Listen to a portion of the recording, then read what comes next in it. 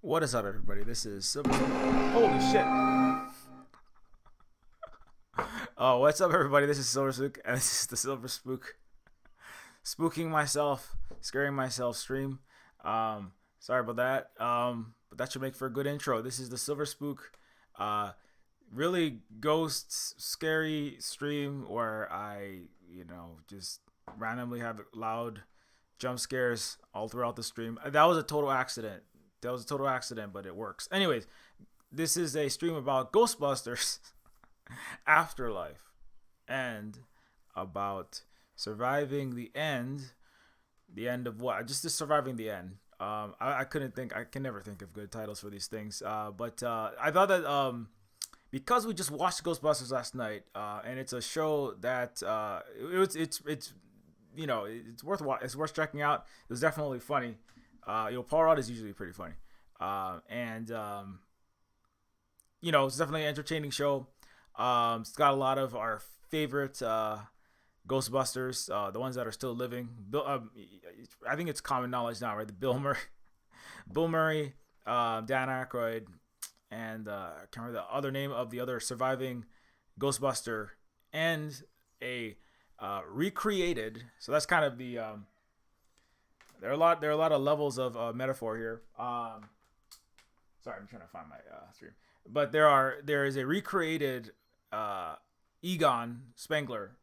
The actor is passed away in 2014, but they have CGI recreated a ghost version of the Egon Spengler character from the original Ghostbusters. And so that's it's really good as just he definitely gives you all the nostalgic feels. It's got all the scares. It's not Ghostbusters was never really that scary, I would say. Ghostbusters was more it was more comedy. If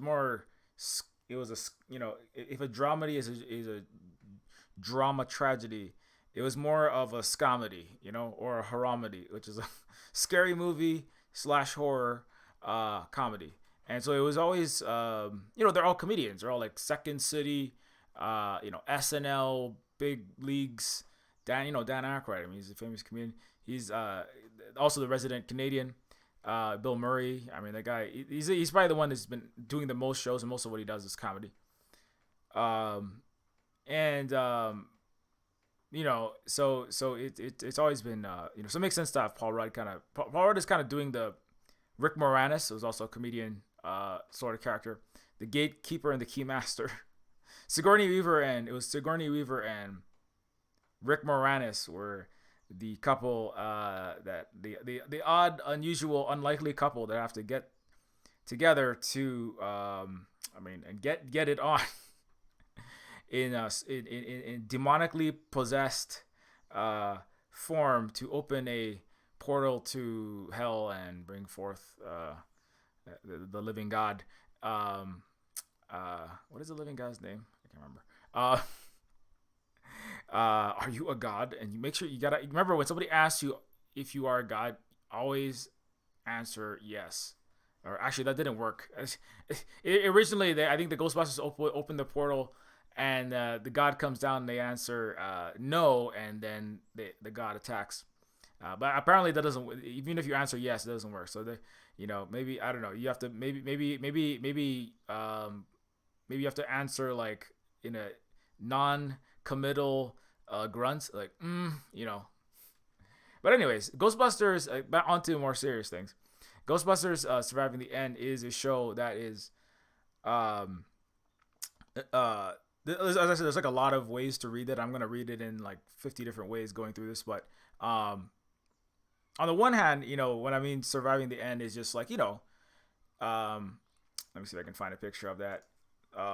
Ghostbusters Afterlife has Egon, right, coming back. All right, Egon Spengler, PhD, is a fictional character from Ghostbusters franchise. He appeared in the Ghostbusters 2, and in Afterlife he shows up, and that's him there. From the original.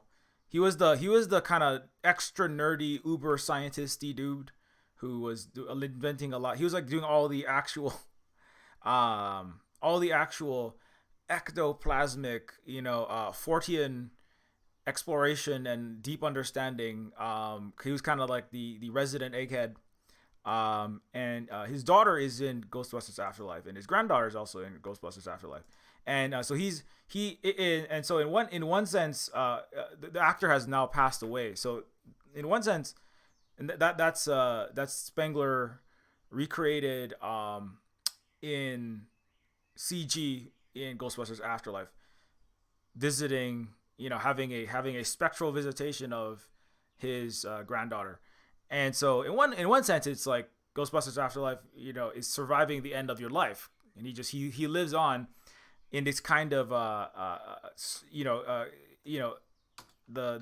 light. Let me see if I can say the lights in a kind of Stranger Things, and one of the main actors from Stranger Things is also in it. That the kid on the left there is Stranger Things Mike, if I'm not mistaken. I'm really bad remembering characters' names from movies, but yeah. So Stranger Things comes back, and like in Stranger Things, there's sequences where the ghost. See if I can find that.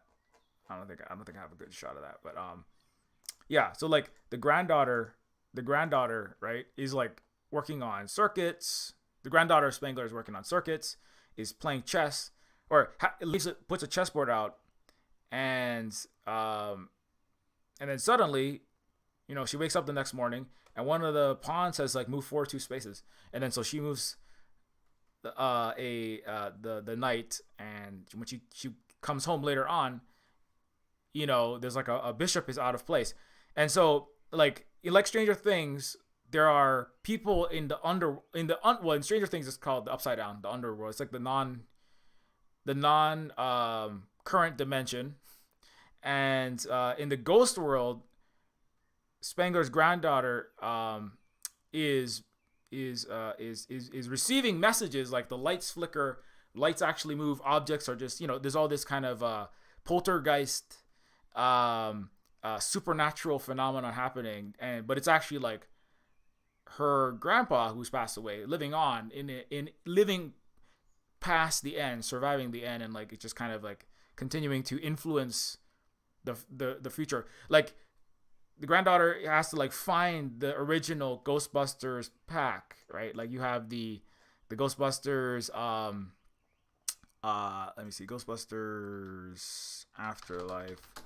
What was that called? I forgot. I can't remember what the name of the gun is. Yeah. So she has to go down and find the Afterlife proton blaster. That's what it is, right?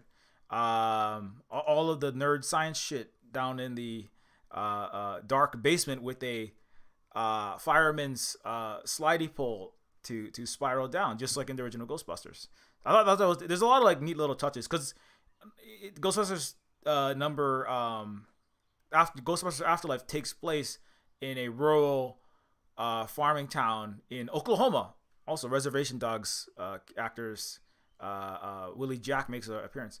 Actually, Holly and I were speculating if this is the same place where Reservation Dogs was filmed. But anyways, so but it's because original Ghostbusters, right? Ghostbusters originally takes place in New York City, so it's a super urban New York. They rent out a fire department because they're just trying to figure out how to. I can't remember the exact things, the exact synopsis and lore, but they're in a fire department. That's why the Ghostbusters are sliding down a fire pole, jumping in their ghost hunting mobile, and then jetting off to exorcise the Slimers or metal eating demons, or the invisible man from the bed. So the Ghostbusters are doing they're doing their ghost busting, but in Ghostbusters Afterlife, it's in a town in Oklahoma. So that's like it's a big change of scenery. Makes total sense because this is being shot and filmed largely in the pandemic, and so you can more easily isolate in a small bubble in your outside world in a kind of country area. And New York was also getting slammed at that time, I believe, during the filming of this. So anyways, um yeah, so kind of coming back to like,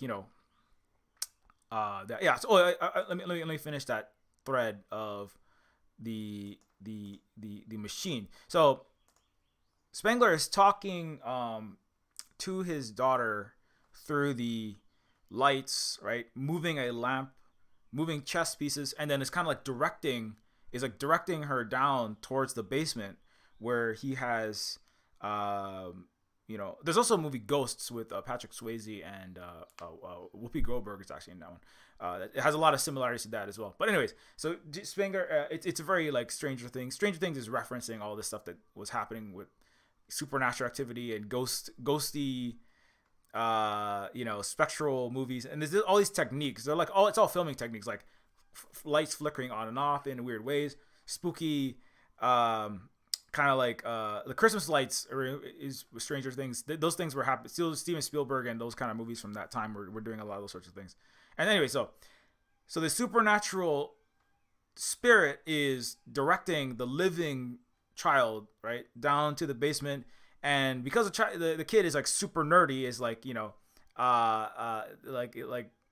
knows the the seismo the seismic activity of a volcano versus an earthquake, and the Earth's S curves and the P curves, and is schooling the actual scientists come board substitute teacher played by Paul Rudd at his own earth science and his own geology. He's trying to, they're all studying these seismographs. There's these mysterious, anomalous seismic activity, these earthquakes happening in this tiny little town that has no tectonic plates anywhere in its vicinity.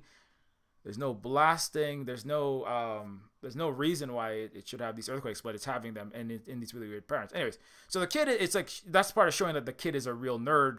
That's kind of like takes after grandpa. Is like the spiritual. If we want to get extra ghosty and punny today, I gotta practice for the Punderdome. Anyway, too many threads. But in a spiritual successor, right? The granddaughter is a spiritual successor to Egon Spengler, the uber scientist quarter of the original Ghostbusters team. And so he is like directing her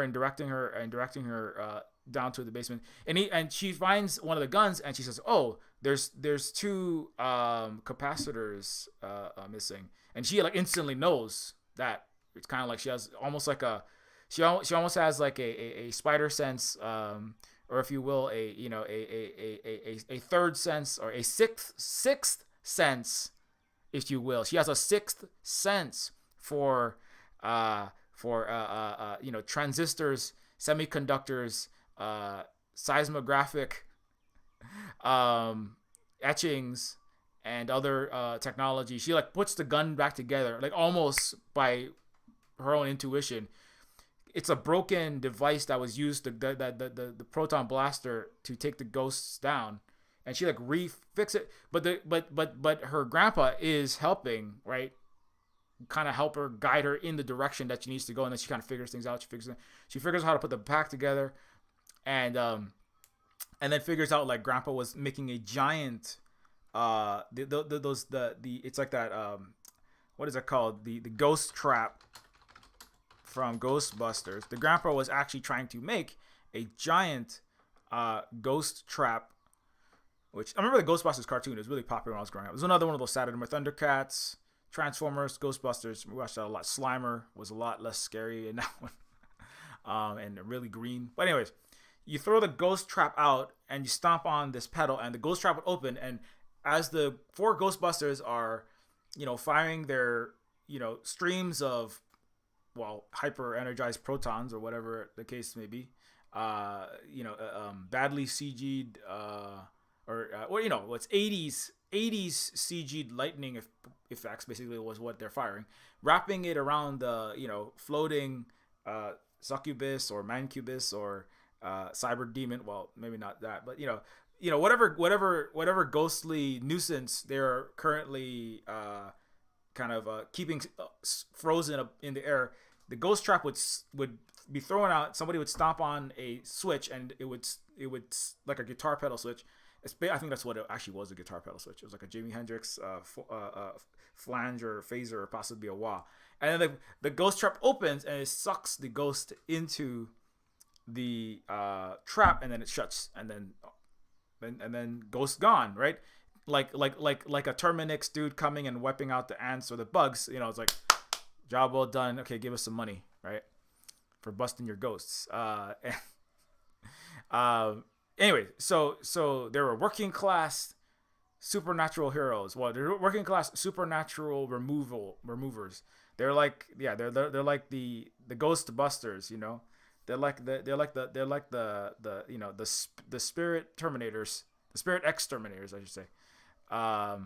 They're the you know, they're the spooky the spooky plumbers. You know, they come to your house and they fix the problem, and then you give them some money. So anyways, so the Ghostbusters ghost trap,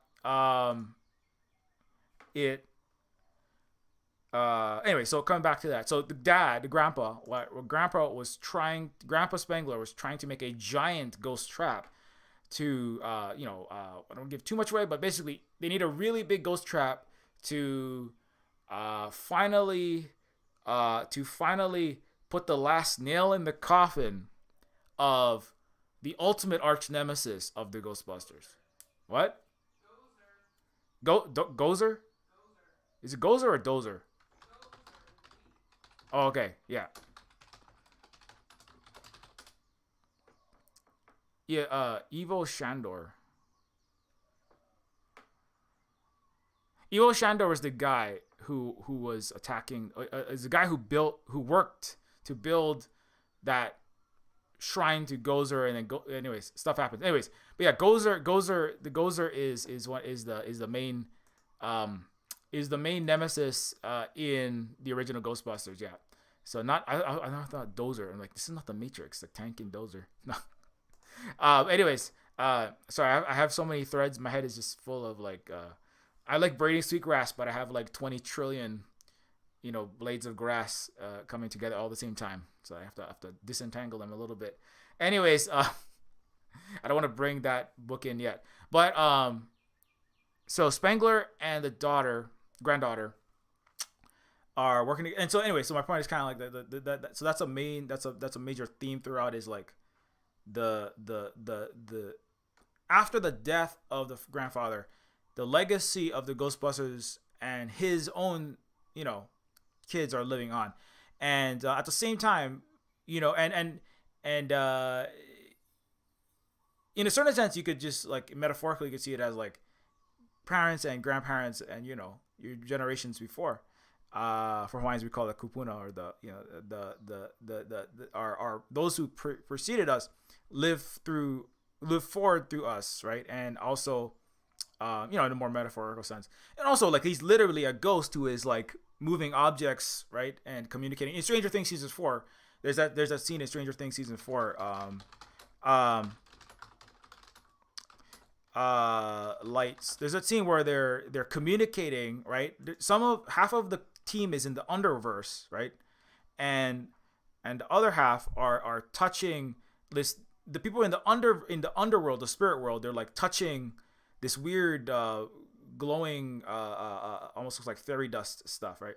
And then the people in the human world see lights coming on, right? And so you kind of see the two sides, the ghost side and the human world side, right? And so and it's very similar to what's happening in the Ghostbusters, right? This is a light. I don't have a good I don't want to get any copyright stuff, so I'm just like throwing images up on the screen.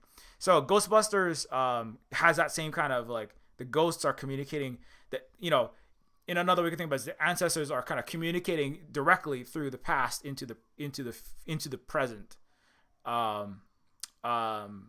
You know, and for indigenous people, that's another metaphor of like stuff I'm often talking about how the 7 generations and the 70 generations that precede us are constantly informing the present, and then we are also at the same time, you know, creating and producing. We are someone else's ancestors that have to think that way as well, to build the best future that we can, 7 generations from us, right?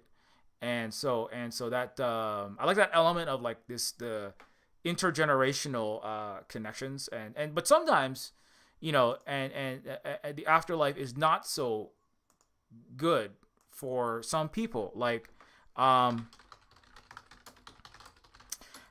the mom, right, who is played by Carrie Coon, was afraid of playing a mom.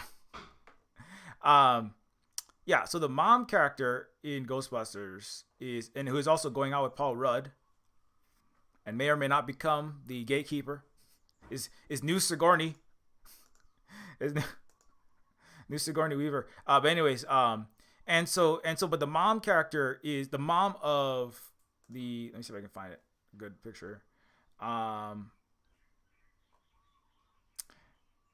Yeah. So the mom character is the daughter of Spengler, right?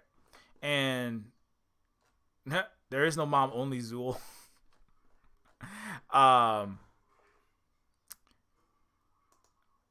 Yeah. So the mom character, and her whole kind of deal is so the Spengler, like, you kind of learn later on in the show, was, well, there's a lot to unpack. I'm trying to stay on this one thread, but there's a lot going on, which is basically in the 1980s. And the thing is, Ghostbusters is a show that's very much of the 80s, and it's a show that's like, I remember especially the second Ghostbusters, there's like a lot of it is dealing with, like, there's a lot of bad vibes and there's a lot of bad energy, and it literally becomes this negative ectoplasm that, like, turns the, just, it goes out into the world, and it brings all of these is bringing all the spirits out, and it, like, animates the Stay Puft Marshmallow Man and all these things, and they have to ride a giant animated Statue of Liberty to fight the Stay Puft Marshmallow Man. But it's this the 300-foot tall Stay Puft Marshmallow Man, and those guys do make appearances as well. Little baby Stay Puft Marshmallow Man have to get fought. But in that time, it's kind of like, it was the heyday. It's kind of funny because Dan Aykroyd, the economy was great. It was the Reaganomic era. It was like it was the height of the neoliberal era, and it's kind of like, well, it was great for them because they were, like, fighting all these problems, right? But it was a time that was full of a lot of strife and economic turmoil and all kind of other problems, kind of like 2022. And then afterwards, the business, not that things got better necessarily after, but their business started to dry up. People didn't need Ghostbusters anymore.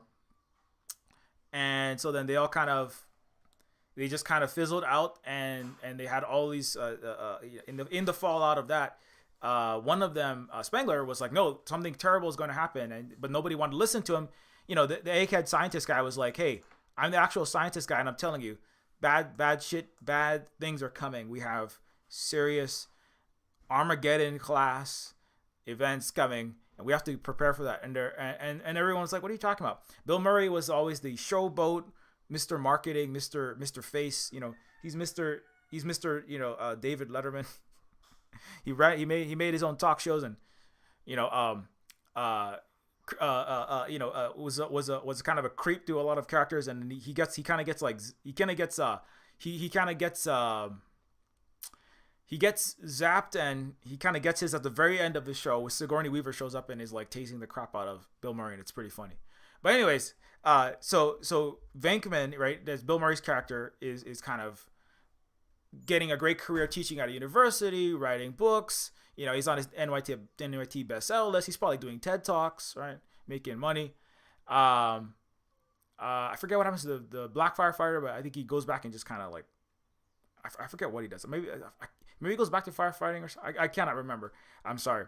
But Dan Aykroyd's character, right, starts a what was it?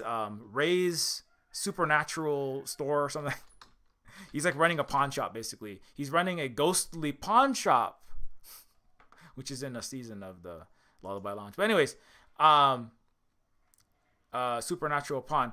And so Dan Aykroyd is, he comes back, but he has a fallout with his former partner, Egon Spengler, Because Spangler was like, no, no, no, we have to get ready. We think something terrible is gonna happen, and he's like, you've lost it. And then Spangler like leaves, and so my point is like, so then they fall apart, and then but part of it is like nobody wanted to listen to the scientists, right?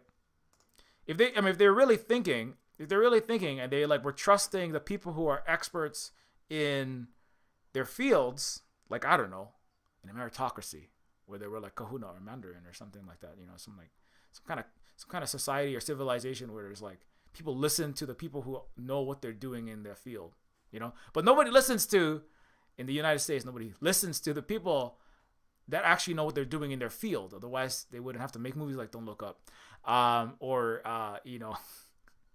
they wouldn't have all the problems that you're currently having, and then you wouldn't be having to survive the end of the world. And that I'm gonna get to that one. That's a whole other thing. But staying on this thread, so then nobody listens to the scientists, right? Who's telling them, right? Kind of like climate, kind of like COVID-19 pandemics, right? Like you should mask and you should take a shot. You should do that now. You should lock down early and all. Nobody listens to the scientists, and the scientist has to go off, right? And that's kind of the tragedy, right? Is like, so the mom, the mom of the granddaughter, or the son, the daughter of Spangler, she is not having a good time because the mom's, this character, her dad went nuts. Everybody else, he lost his mind because he's raving and the ranting lunatic. He's the apocalypse is coming. And he's like, what are you talking about? What are you talking about, scientists? What are you talking about, climate scientists? What are you talking about, COVID scientists? What are you talking about, biotechnician? What are you talking about, actual? What are you talking about, like, I don't know, Michael Hudson? What are you talking about, Rubini? I don't know. What are you talking about, economic, actual economist?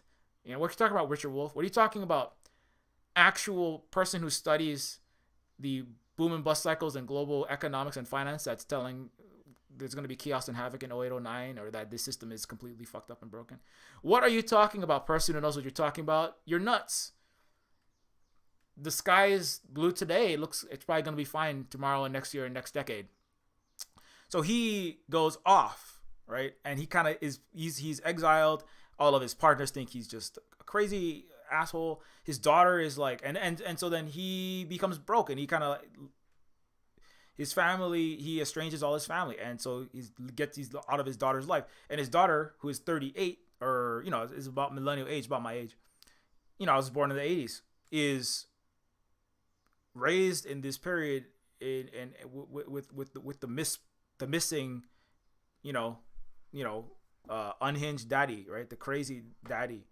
And so she kind of doesn't.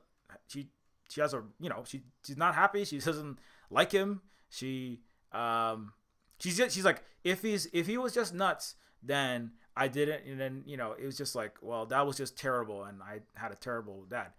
And if he wasn't, then he's just an asshole, and I also had a terrible dad. So either way, there's like a line there. And so this is kind of like anyway. So that's kind of her character, is like, and so she's kind of like a depressed millennial.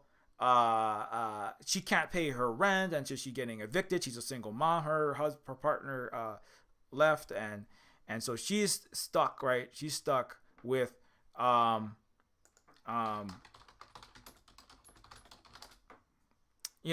trying to find a picture with her. So she's stuck with her and her kids, right? And they're getting evicted. In the beginning, they're getting evicted from their house, right? This is normal American, 15 to 45-year-old experience, getting evicted. Oh yeah, Janine shows up. Annie Potts from the first Ghostbusters shows up in a small town out of New York. She was the one who was answering the phones initially. But anyways, she looked a lot like Cyndi Lauper. She's like a Cyndi Lauper stand-in. But anyways, the Goonies, right at the same time. Girls just want to have fun. I shouldn't sing the line because I don't get in trouble. But so she shows up and is like, yeah, you guys are all broke. You guys don't have any money. This house has debt. You like debt? You got a lot of debt. So like, there's this whole there's a post 0809 kind of reality kind of injected into it that's like just kind of simmering throughout the entire movie, which is like, everybody's getting evicted, right? Nobody's making enough money, right? Especially millennials who like hit the prime earning and prime job time right at the 0809 crisis, like myself, and entered the world and going, okay, now it's time to start life. Went to school, went to college. All right, everybody. And then it's like, oh, we're in the middle of a Great Depression that we're calling a recession. That's great. And now that everyone's losing their jobs, economy's going down, nobody's making any money. My student debt's through the roof. I got $200K in loans, and all the banks are exploding. Everyone's losing their house, losing their job. No one's hiring anything. All the billionaires and trillionaires and the banksters are running away with everybody's 401k and all the money that would have gone. What happened? What happened? Right? What happened here? And so so the mom is like trying to raise, as a single mom with 2 kids, trying to raise, right, these kids in the ghost of the end of the failed, the Great Heist, or also known as the Great Worldwide Recession following the 0809, the run up to the 0809 subprime financial crisis. It was really just a trigger for a larger global capitalist apocalypse of sorts. That we have not, that, and there's a lot I don't want, there's infinite amounts of content. I've like 2 years of streaming just on that topic alone. So I won't do that right now. But importantly, it's kind of like there's a little bit of this, like there's the death of the American dream, right? Where most millennials and Gen Z don't have even the prospect of owning a home, like free and clear, in a good financial position, right? Oh, to become I'll go off on a little bit. How millennials can build wealth. You have to be making $157,000 a year, as a Navy dentist, and plan to retire by 42, right? So, how many millennials and Gen Z how many of you are making $157,000 per year? Anybody doing that? Like 3% that mommy and daddy are already millionaires and own 25 Airbnbs and 50 just asset flip houses that you can flip into, well, you're having trouble right now because they're tightening they increased the interest rate, the Federal Reserve, by 0.5%. So you're probably in a little trouble right now. But anyway, that's another that's a long fucking thread. I'm not going to pull too hard on that right now. But anyways, so the mom is like just trying to survive this economic apocalypse, right? It's the economic end of the world from 0809. And it's like surviving the afterlife of the mega crisis of, I would argue, the entire Western norm and reality and civilization, but certainly of capitalism, certainly neoliberal high finance capitalism. And the explosion, and the mom is trying to raise kids with no house, with getting evicted on rents that are going up, and the landlord says, I'm gonna let you guys leave and then change the locks. And she's like, can I please get another month? It's like, no, you're getting evicted now. So that's the economic and just the reality, right, of the last 15 years. That's been its own kind of end of the world, and now we're all kind of ghosts of who we once thought we were going to be. Some kind of rock star or a movie star. I had some weird inklings of being a cinematic composer. We're making the music for Jurassic Park 4 and The Matrix 5. And, I was like studying I had a computer science and a music degree, kind of combination basically, in college. And then I got out of college, and then the economy exploded. Not everybody. I mean, that's a kind of a pipe dreamy bullshit to that. That's every millennial has some of that. You're like, I'm gonna be this great thing. You have to like lower your, but I mean, still like some kind of job. I'm gonna like do some programming for a bank or a corporation, or I'll do some kind of I'll do something. I'll work on some. I'll have some kind of job. I have to work at Amazon or whatever. I'll just like do the I'll do the spreadsheet. But then it's like, oh man, this is even if you got one of those, the job's not paying enough, and now everybody's like, getting, based on gender and race and all abuse, and they're all getting like defrauded. All the corporate game companies are just like laying off hundreds and thousands of workers and then not giving any severance pay. Everybody's making like $7, or you're being paid in kudos, and then you're not even being credited on the final game. Because I'm working in the game industry for a lot of that time, right? 08, 09, I got into the game industry, and then I was like teaching, and it's just like, whatever American dream you thought we were gonna have, it's like not panning out, and then you're getting upset, and then you're looking at what's this socialism stuff, and like, who's that Bernie guy, and so that's kind of, that's like the afterlife of the end of the end of the world that was the United States, or whatever people thought it was, in a lot of ways. And the West, I would argue, generally, because it's not just the US, it's Canada, it's Europe, a lot of Europe, it's a lot of Australia, New Zealand. Japan already had its lost generation in the 90s. That was the end of Japan. Japan has been living in its own afterlife of incel yakuza and Hikiko Mori, like playing infinite DDR, and having radioactive Fukushima water spilling into its sides, and infinite US military imperial money flooding in to buy out the leadership so they can keep putting missile launchers in Okinawa. And the West is already is a ghost of itself already. They just don't realize how much it's already ended. It's just more, the hollowed out haunted mansions, castles, the ghostly specter of the World Trade Center, right?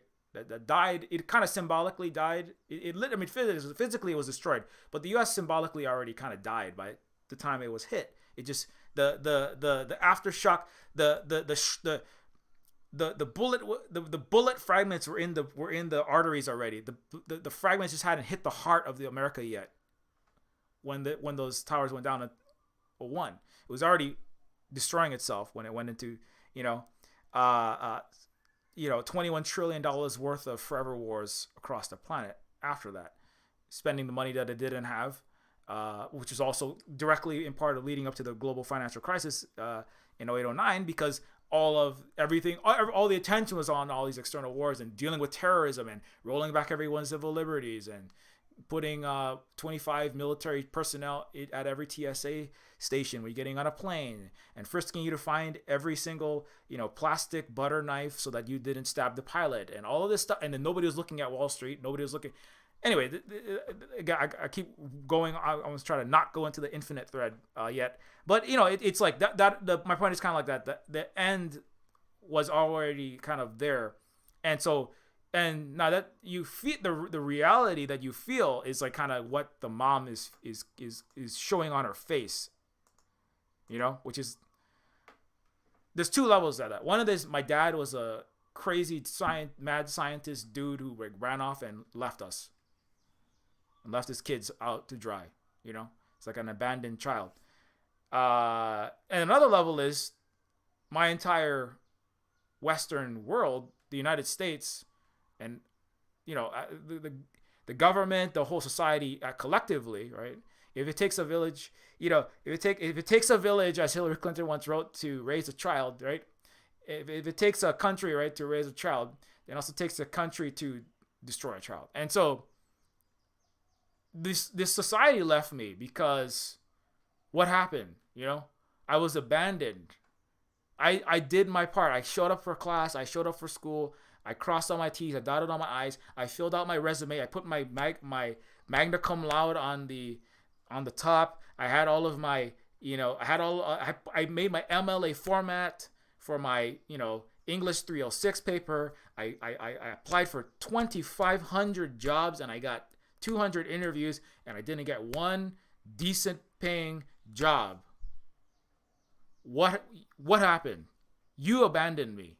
Right, so that's a lot of the rage. Right? It's Occupy Wall Street, which I showed up for, by the way. Me and Holly, we had a 5-week-old, and we had the Occu baby at the Occupy Honolulu specifically. You left us, You died, but then when you died, America, you abandoned us. So anyway, so this that's kind of like the energy that's and I'm reading a lot of this stuff in obviously, but um so and so it's like you have left me to raise these two 10 and 16 or 15-year-old children. The 15-year-old is lying about he's 17 because he's trying to get in the pants of the 20-year-old black girl in the diner in the style. But you have left me to raise these two angsty teen Gen Z and Gen A plus or whatever they call it. I don't know how to raise two kids, and I don't know how to raise myself. I don't know how to maintain myself at this point. I'm kind of like just like, trying to pay the landlord, and it's tough to pay the landlord when you make $12 an hour and the rent is $2,500. So getting evicted, and then so she and the family get evicted, and they get evicted from their apartment. They find out that the grandpa died. That her dad died, that Spangler died, right? And then they say, okay, well, now what you're gonna do is, she tells the kids, well, we're just gonna move to this house. We're gonna be moving out.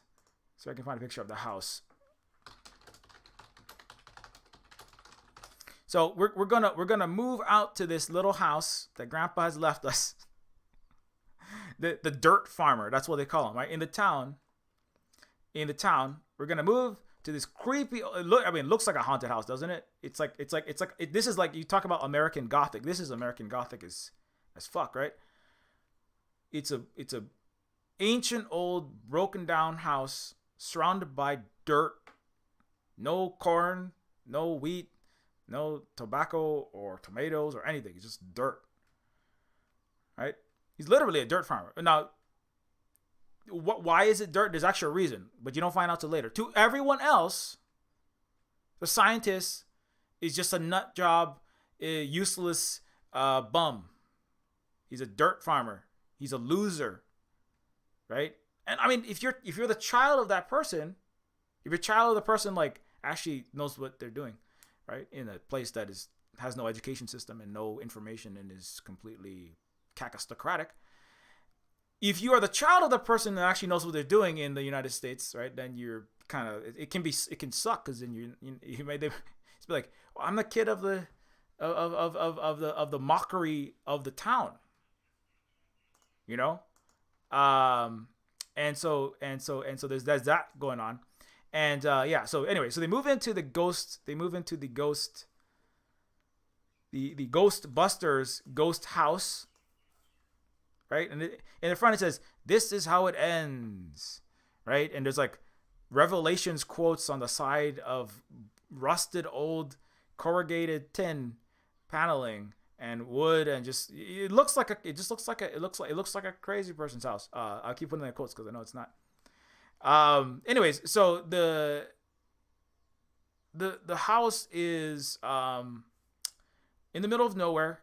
The family is like from a more built up place, like I can't remember exactly, but it's like a sound. It might not be New York City, but I think it's like a city or town. In this time, in another level of surviving apocalypse, of surviving the end, is this was the end of the pre-COVID era, which we will. By the way, just a quick PSA: we're never going to return to the pre-COVID era. You will wear a mask. I made a thread about this. You will wear a mask forever. You will get a shot. Things will never go back to the way they were. But the way that they were sucked. So just remember that. On many levels, this is the case. Omicron variant 25 is already here. People are still dying. Everyone's in denial. If you are wearing the mask, here's another level where we are all Egon Spengler. Or everyone listening to the stream, because you're probably more based than 99.999% of people. I'm just kidding, but somewhat. If you are the only person, somebody, quick aside, because it actually directly ties to this. And also quick PSA.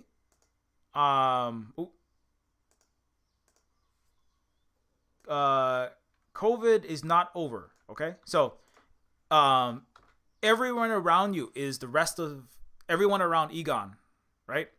Saying that COVID, saying that Egon is saying, hey, there's terrible news here. There's terrible news. You know, Gozer, this supernatural demon god, you know, ancient 3,000 year old North African and Asiatic Asian character is back, which is, I'm gonna get to that one. Don't worry.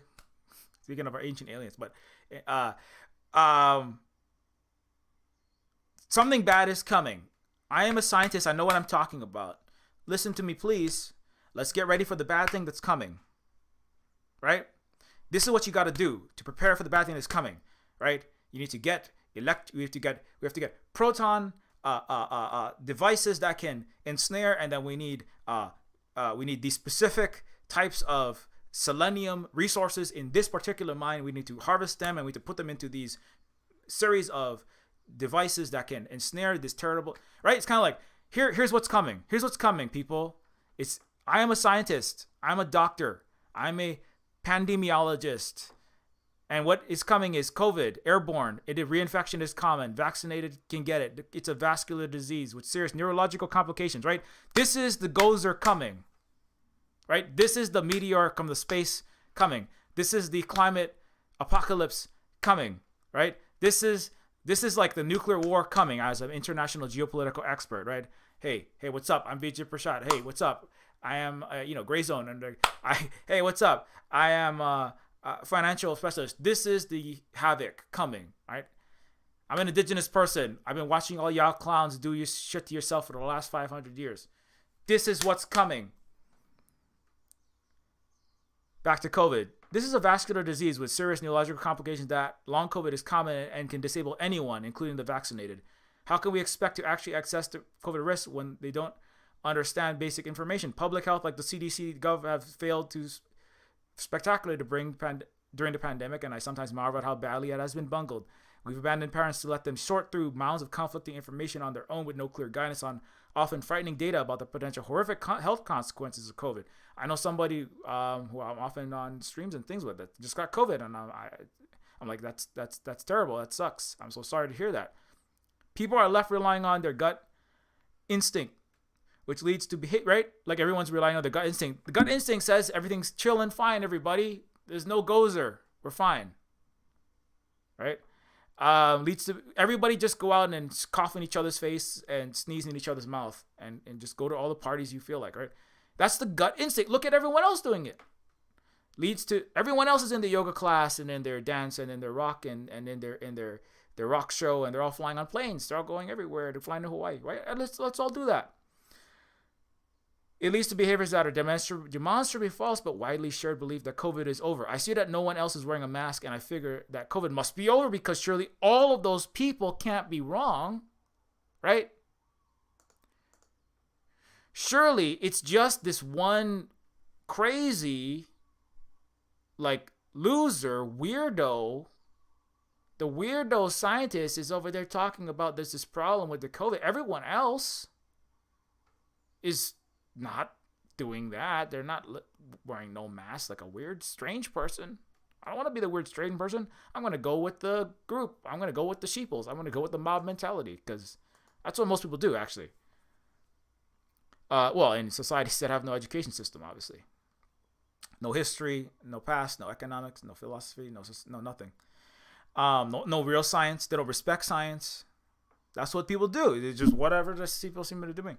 COVID is over. I see that no one else is wearing a mask, and the figure that COVID must be over. Surely all these people can't be wrong.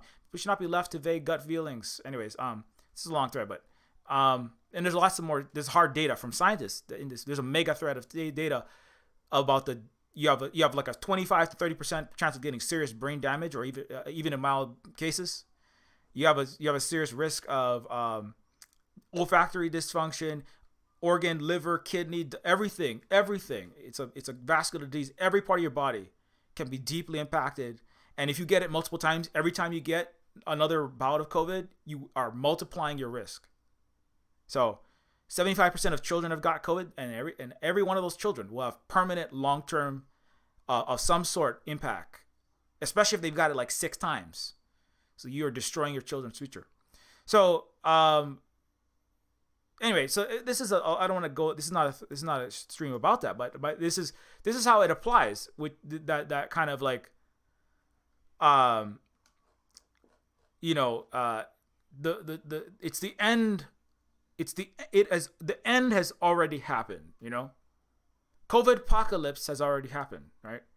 A lot of people don't know it yet. It's kind of like the capitalist apocalypse. You know, the neoliberal subprime nightmare apocalypse. It has already happened. It happened. You know, the West apocalypse has already happened. It was in 2001. I mean, you can. It was in a certain sense it was inevitable. It's just kind of when would things swing away from the West into the East, right? In the multipolar world and in the Silk Road. Anyway, that's another whole long one. But like COVID has happened. It is never going away. There are going to be more diseases that are worse than COVID in the future. Just statistically, that will make animal to human leaps, right? Especially at the current rate of climate that exacerbates all of that. Climate change that exacerbates all that as animals are losing their natural habitats and getting closer to in human proximity. So the point is that COVID, what I wanted to say was that COVID oh yeah, somebody said something specifically that I wanted to kind of see if I can find it real fast.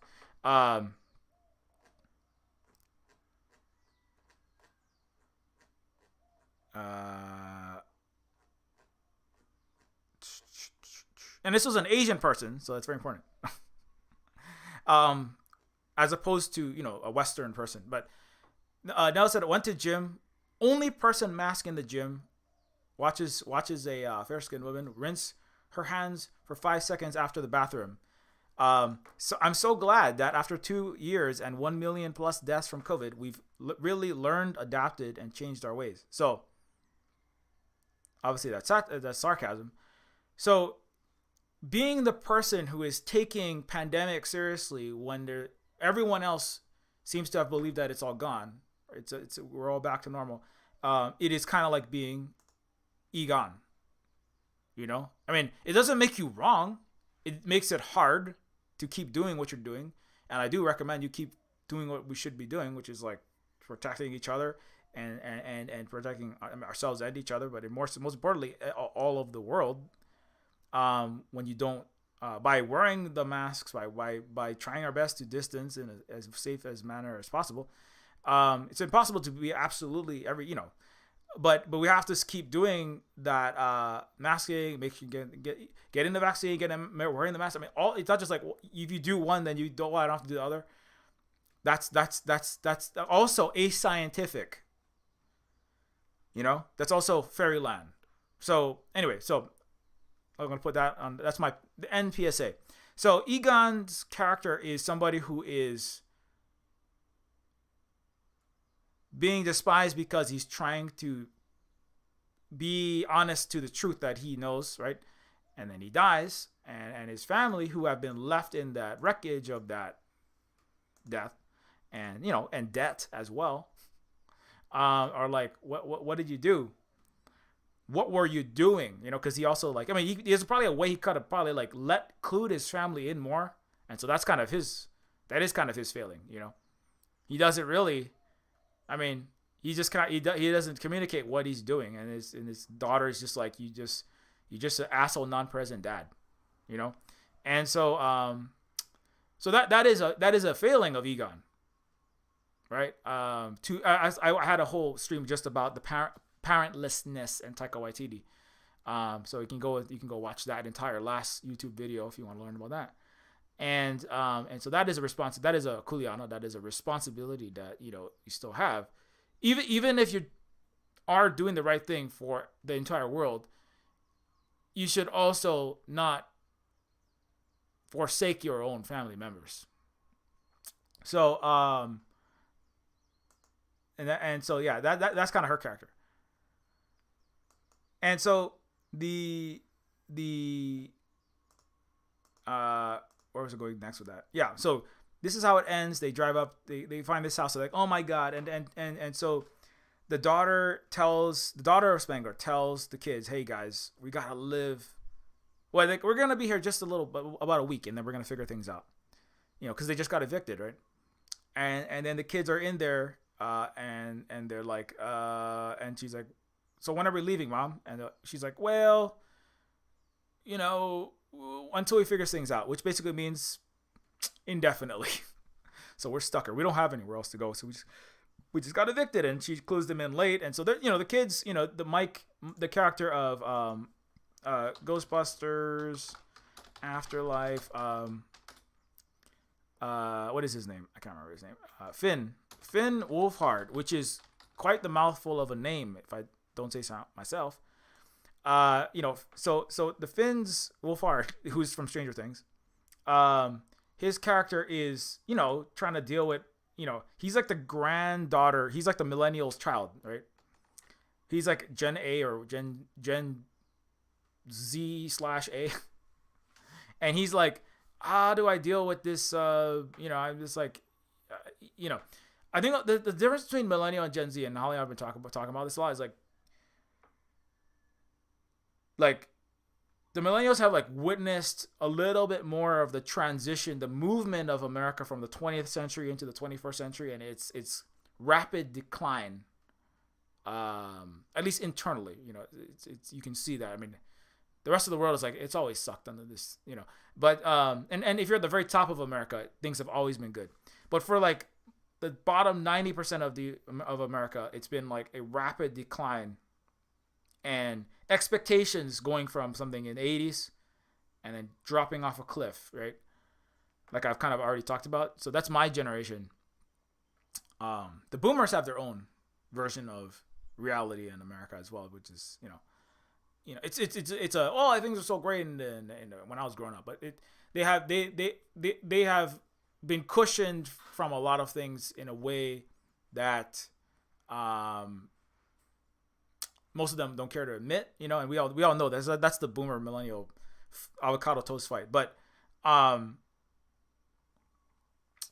for the younger generations, like they've been kind of dropped, and it's not like a better world. They've been dropped into the noughties and then the 0809 crisis. But if you had to if you're Gen Z or Gen A plus or whatever, the kids that were born in the noughties or even in the teens, some of them were born in the late 90s, noughties, and teens. You haven't had to get a job in America quite yet in that time period. Although once you do have to, I mean, and when I say have to, because there are some millennials who have also been cushioned because they have been taken in by their parents, and so they're like echo boomers, where they're like, well, I'm going to be a child forever. Like my dad actually used to say that, like, well, some kids are just going to be children forever. And like, not just my dad. He's saying that because that was common. That was New York Times. That was like New York Times run-of-the-mill boilerplate. Well, the millennials have extended childhoods. They're just like taken care of by their parents or someone else, like for indefinite periods of time. And like, there's during a period where I was kind of like falling into that kind of, which is it's not a healthy thing really, but it's not healthy. The economy is not healthy, and it's not healthy for people to be making like really not good wages that are not commensurate with what is required to exist. It's also not healthy to just be like inside of a boomer castle forever, a boomer middle American capital accumulation palace forever. That's a stunting that is not conducive to building a healed global civilization, or communism or socialism or an indigenous future or anything like that. It's not really helpful either. But like for those people who have been, I mean, certainly I can say that for myself. It was not healthy for me, certainly, and many other people. And so, for Gen Z, they were born into a world in which the climate was falling apart, and not that it wasn't before, but where we kind of got it, and we kind of knew that. Born into a world where you could, where the Trump era was already rolling, where there were fascists out there, and there's also an era in which school was a place where it wasn't like there at the same time there was this bifurcation into this hard right Gamergate, super like racist, overt fascist elements. Although a lot of it is not as overt in the real, at least in some area, like Charleston was a big explosion, but a lot of that's online. Like it's 4chan, it's Reddit, it's the game spaces. That's why I was like, what the hell is going on here? When I started releasing games in the 20 teens in Silver Spoon Games, seeing all these Nazis coming at me like he freaking N-word, like publicly. Wow. I mean, in the internet, Richard Spencer was getting his face punched out, but in schools there was a lot of in school there was like more acceptance of bullying is a problem, right? You can't say the R word anymore. It was totally fine when we were around, when we were kids. You can't say like homophobia is not acceptable. You can't use gay as a slur, or as an attack. And everybody was saying that kind of stuff when I was in grade and high school, right? And so there's this. So the Gen Z has this other reality that socially there's less social. It's a weird thing. We're talking about Stranger Things and how it doesn't really. Holly and I were talking about Stranger Things and how some people don't really get it because in the 80s in school and high school, like. It wasn't acceptable to be gay. You would be attacked just for being anything that wasn't a straight cis white dude, and you had to you couldn't be, there wasn't a level of acknowledgement of certain aspects of things that are problematic in the 90s more publicly, right? And not in all spaces, in certain spaces, right? And in some spaces, you might have overt, just racist, sexist, homophobic Nazis marching in your school. Like, I don't know, in certain Nordic countries, you can say the N-word publicly and they have entire cake. Oh my God, it's disgusting. Just as a couple examples of places where that happens. You have open swastikas in Finland. But anyways, and in parts of the US too, in Canada, obviously. So, but it's a different experience. And I want to get off of that thread now because the kids, the Gen Z are just trying to like figure out how do I get a date, or how do I like deal with my hormones. And I'm 15 years old and I'm getting horny now, and so it's trying, and there's a life where like, hey, and it's like I need to have a life, mom. I need to have a life, and the mom's like, what about my life? What if I want to have a life and I want to go date and like have things outside of, I want to do things. And the kid's like, you're a mom. You don't have a life. You live for us. And I was like, oh man. No, there's something about that line that was like, I was like, there's a lot of people that, it was an interesting line. I'll leave it at that. But, they're all kind of being very, all of the characters are super, deadpan. They're all like little Bill Murrays. They're always. Are you serious right now?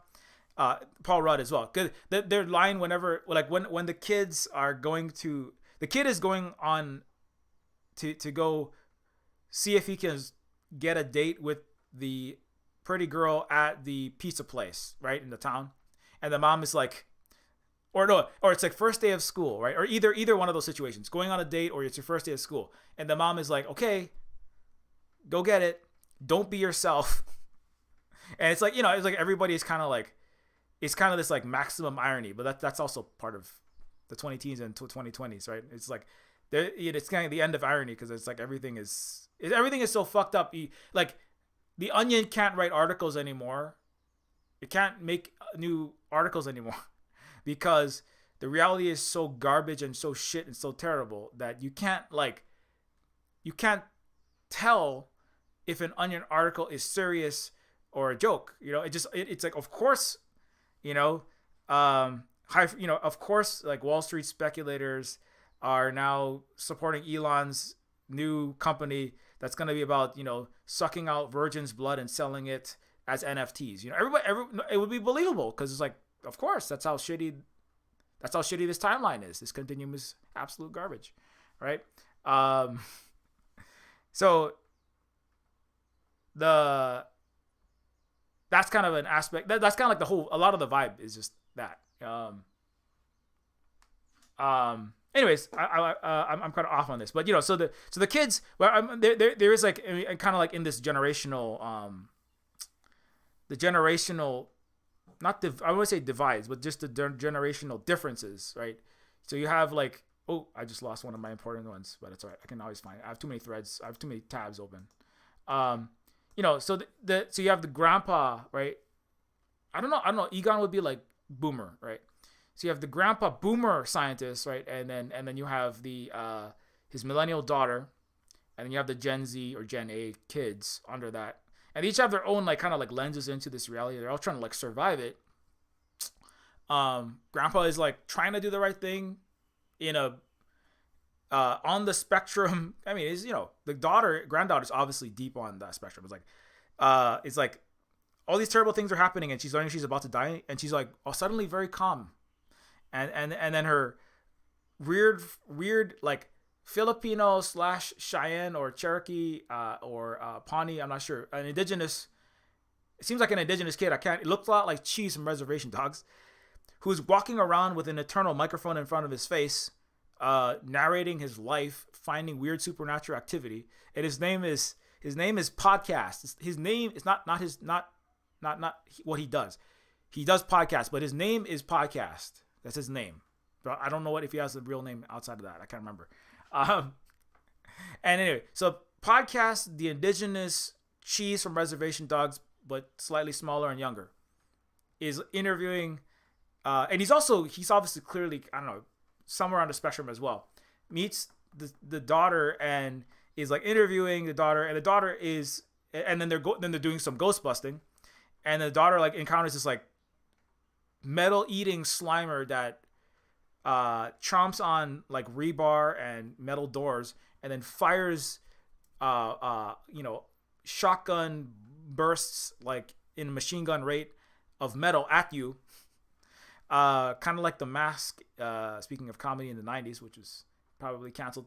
Like shooting, and so the daughter is like being attacked by this ghost, and is suddenly very calm. And then the indigenous friend is like, "Hey, how come you're so remarkably calm right now?" And she's like, "Well, incredibly like extreme overstimulus, settles me down." And it's like that's not a normal response, right? To like having your life threatened.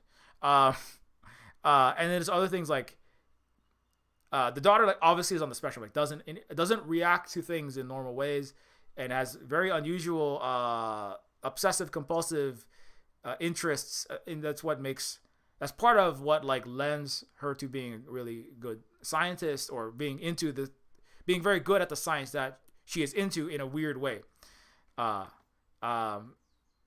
It's funny too because she makes all these jokes, and then the older non-neurodivergent brother she makes a joke where it's like I forget what it was, but it's like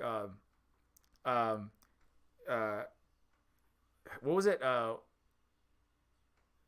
Why do atoms always lie? Or it's like because they make up everything, right? And it's like it's a physics joke, or it's a geometry joke, or it's a geology joke, and it's like so all the people that are like not neurodivergent are like, that's not funny. You're not making any funny jokes. But then like you can kind of tell that the friend, right? Let me see if I can find a picture of that kid. So Ghostbusters Afterlife Podcast. Yeah. Podcast is a classmate of Phoebe and lives in the area of Somerville. There he is. Is that an indigenous kid? Let me just figure this out here. Podcast. That's just. Can you see that kid? He looks a lot like Cheese, doesn't he? He's played by Logan Kim. Podcast was a classmate of Phoebe in a summer school science class. I was either Asian or indigenous, but anyways, technically both are indigenous. But anyways, indigenous to Asia, not indigenous to North America. Podcast was a classmate of Phoebe in a summer school science class. Narrated into his boom mic and painted Phoebe as an outcast with a secret rejected by her peers. Speculated she speculated she was on the run from herself. He moved the mic. Anyways, so that's what happens. But let me see who this dude is. Logan Kim is an actor that appeared in Ghostbusters.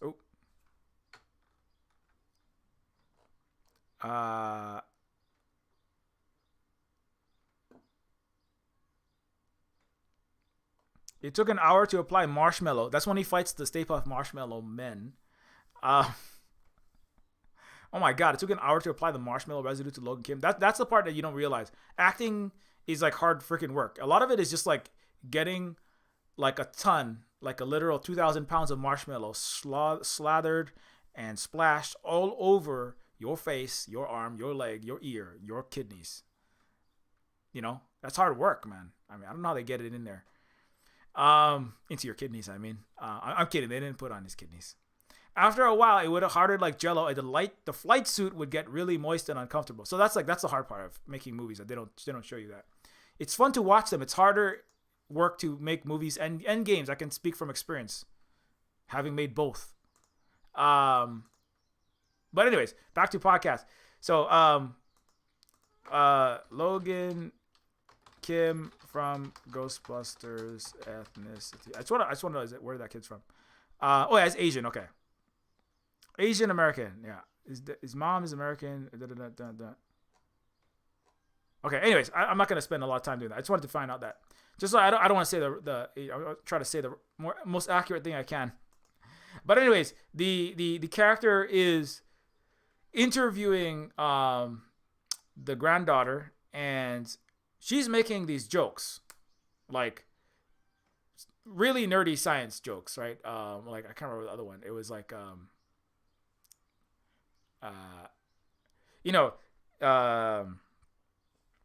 he's all like, well, I have the Paul Rudd is like, I've triangulated the location of the epicenter of these quakes.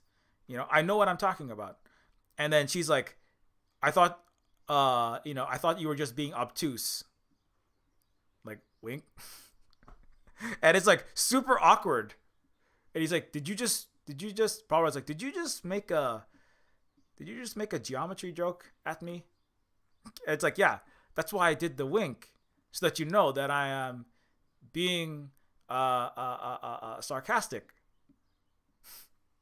And so Paul Rudd is being nice, so he's like, oh my god, that's incredibly funny. And but then when she's when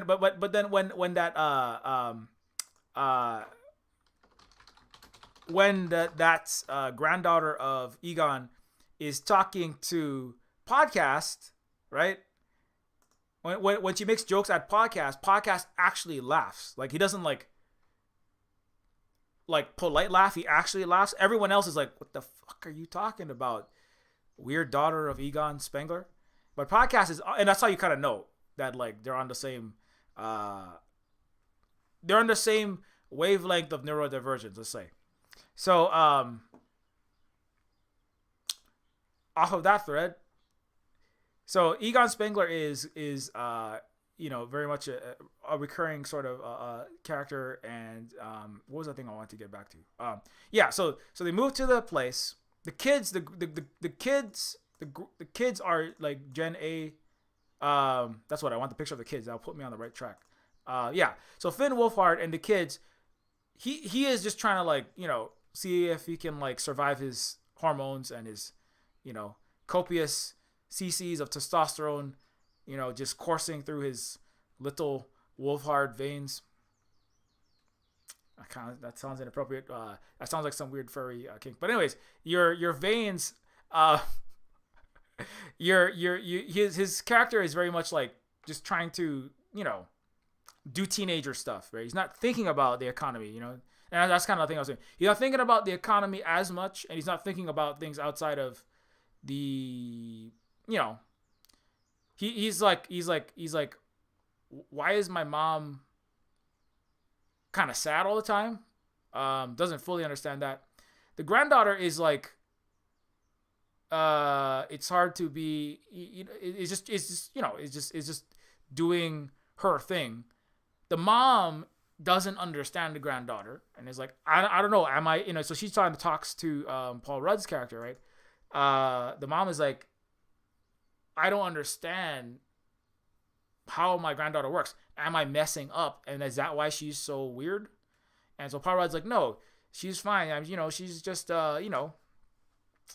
she's just doing her thing. And the mom's like, but shouldn't she be, like, getting into trouble? Or, like, I don't know, jumping fences. And then Paul Rudd's like, no, she has plenty of time for that. I'm sure she'll become a pole dancer any day now. And the mom's like, but doesn't that require some physical talent and coordination? And Papa was like, "Oh, I wouldn't say that." Anyway, it's very that part is it's very funny. It's like it's super Bill Murray-ish comedy. So I did appreciate that. It's very dry, very deadpan, super self-deprecating and ironic the whole time. You can't even tell who's being ironic and who's not. But anyway, it's very Ghostbusters. Ghostbusters was very like that though. So it's like Ghostbusters in the country in 2022. It does feel like a Ghostbusters movie.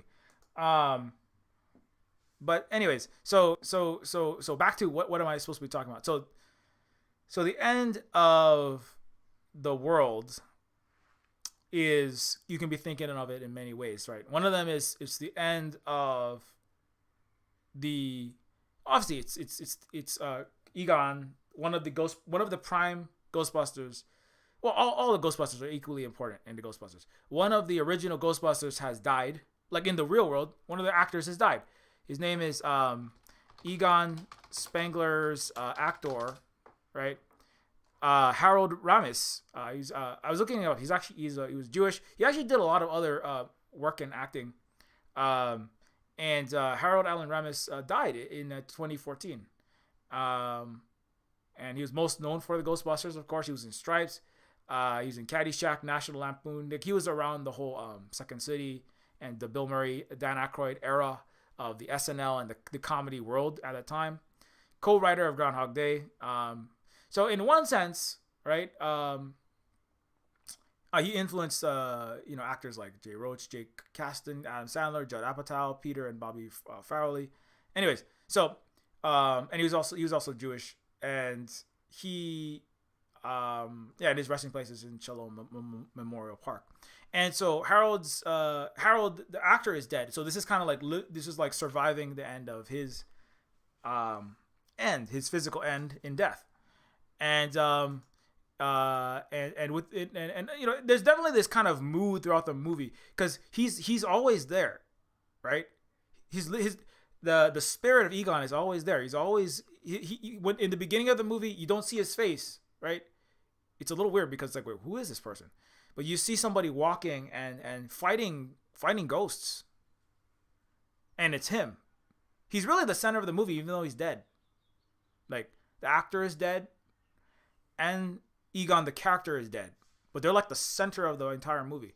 And so it's very much like the afterlife of Harold and Egon, and everyone is just like thinking about Grandpa. The mom is like having this dealing with the fallout of having the crazy mad scientist daddy. The granddaughter is like trying to figure out how do I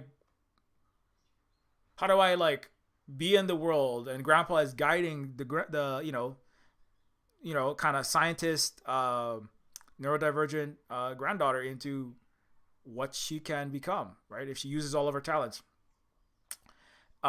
Literally the entire plot revolves around how he was preparing to stop the actual end of the world, right? Egon himself. And without him, like, he literally, I mean, in so many ways, I'm not going to give it all away, but in so many ways, if Egon hadn't like told the other three Ghostbusters, hey, I'm out of here, I got to go do what I have to do now because you guys aren't listening to me, I got to go do the science that's correct to save as many people as possible. If he hadn't done that, the world would have ended. I mean, it's just something to think about. It's kind of like, if everybody's like, oh, for example, right? If all the people who actually hold the world up, right, the working class, obviously, and also all the actual scientists who make sure that your internet stays on, all the coders who are behind, like, we know some people who are very high in places like Reddit and places like Google and places like Steam. I know several coders actually, because I'm a coder myself. If they don't keep the code going, you don't have any Reddit, you don't have any Twitter, you don't have any Facebook, you don't have any internet, period. And then what are you going to do? Then you have nothing, right? Then you can just go outside and be in a bubble talking to the tree. I mean, you should talk to the tree and the kalo, but you have no connection to anything else, and you have no content. You probably have no job, actually, because most jobs rely on the internet. Most everything relies on the internet. So the scientists, the technologists, and then of course all the doctors and the nurses that kept the entire world from falling apart when everyone was dying from COVID-19, right? Think of how many potentially tens of millions of people would have died if all those doctors and nurses hadn't been showing up and demanding, hey, please, begging everybody, please wear your mask, please don't come in with no mask, please distance, please, because we're being flooded. I have family members who are doctors, like doctors who worked in ERs, and they said, oh my God, it was a nightmare. It is still a nightmare. Nobody is masking. And it was like last year. One of my cousin's a doctor, one of multiple doctor cousins, and he said, I was working in the ER in Minneapolis, and it was a nightmare. All the healthcare workers are quitting because everyone's coming in and they're pretending like it's not the apocalypse. But all the people that are on the front line trying to save your life, putting tubes in your body, putting ventilators on your face, while you're killing them and their family, they're like, right, begging everyone. They're all Egons. Every healthcare worker, is an Egon going, please help us stop the end of the world, which is going to happen if we keep cycling these viruses around, getting everyone killed, right? And there's other parts of the world that are a million times better at this, right? And they're like, hey, you guys should listen to us. And they're like, well, you guys are a bunch of Asians and Africans, and we don't listen to the East and the South. We just make movies about how the East and the South and all of their ancient gods are coming to kill us all. And also built the pyramids. You didn't build them. And so anyways, Africa and East Asia have still, by far, by a count of magnitudes, the lowest cases, and they're working together closely. Everywhere in Europe and the West, the United States, Canada, New Zealand, Australia, it's not even close. So they've been, people are, and so, that's another way in which it's about, surviving the ends of the pre-COVID world. We now live in the world, AC, there's like in 300 BC, the Greeks, they discovered this and that, and then, no, actually it was Asians and Africans, but in 1492 AD, Columbus sailed the ocean blue and blah, blah, blah. It should be AC after COVID. After, in 3 AC, people began to learn that we would be wearing masks, getting vaccines, having proper ventilation, stopping aerosolized particles from entering as many systems as possible for the next eternity, because there would never be an end to COVID and even worse than COVID pandemics, And so there was the time after, and the time before would then forth be known, that's what it is. It is the end of the pre-COVID world. You can mourn it. You can watch movies like Stranger Things about a time when we weren't in that world. You can wish you lived in that world, but you don't live in that world. You live in 2022. I mean, you can pretend you don't live in that world, and then you can get you and everyone else sick, disabled, and dead. But that doesn't stop. You can wish that climate change wasn't happening. But the CO2 levels and the Category 7 hurricane, and the melting ice cap, and all the dying ecosystems, they don't care about what you wish. Right? That's the thing about science. It's not like the Western reality, which is all information, it's all narrative weaponization of storytelling. It's all disinfo usage for maximum profit of whoever's using it at the moment, right? But science is about truth and what the reality is, and the reality is it's the end of that world. That's what it's all pointing to. Nobody wants to listen to the scientists because you live in fantasy land. But the thing is, so that's one level. So it's COVID.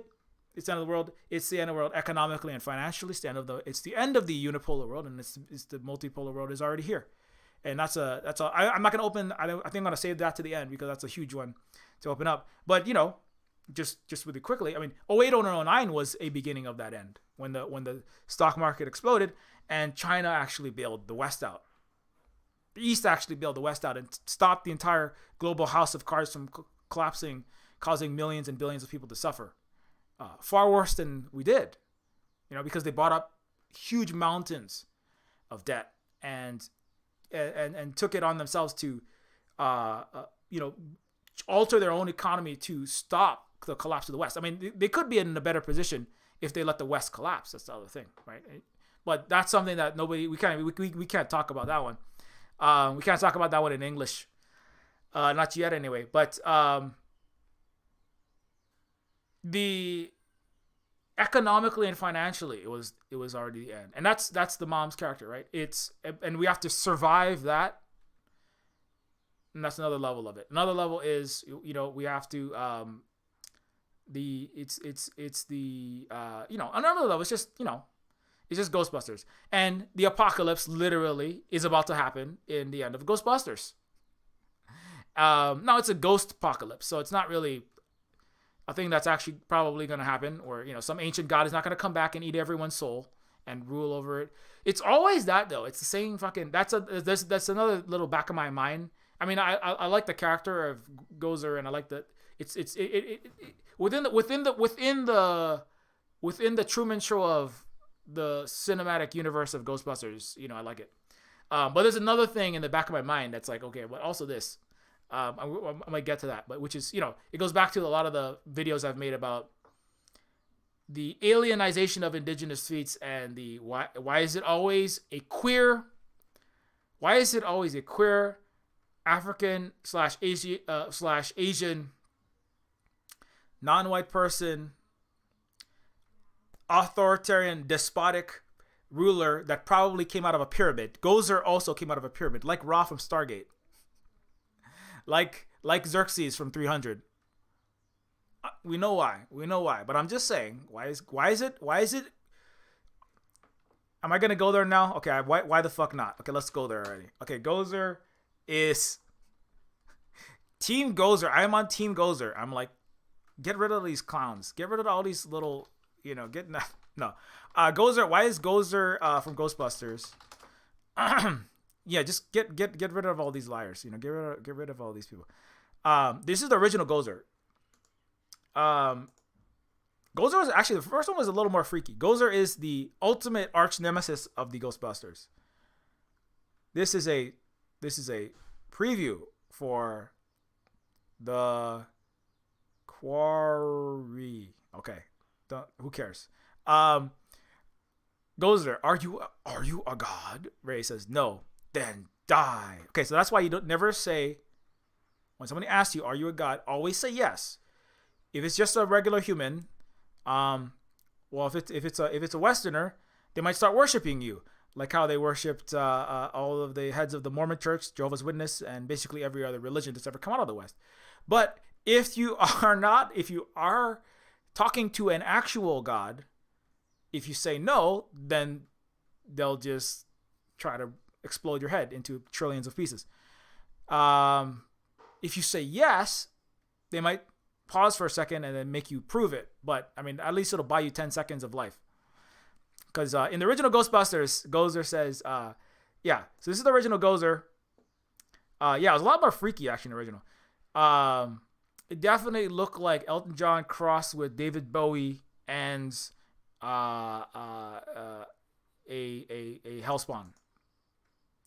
And we're gonna get into that though. So the choice is made. The travelers come. Gozer before the deity appeared as Stay Puft Marshmallow Man. Oh, that's right. They have to choose in what form do you choose your destruction, and so they choose choose the most innocuous, the most the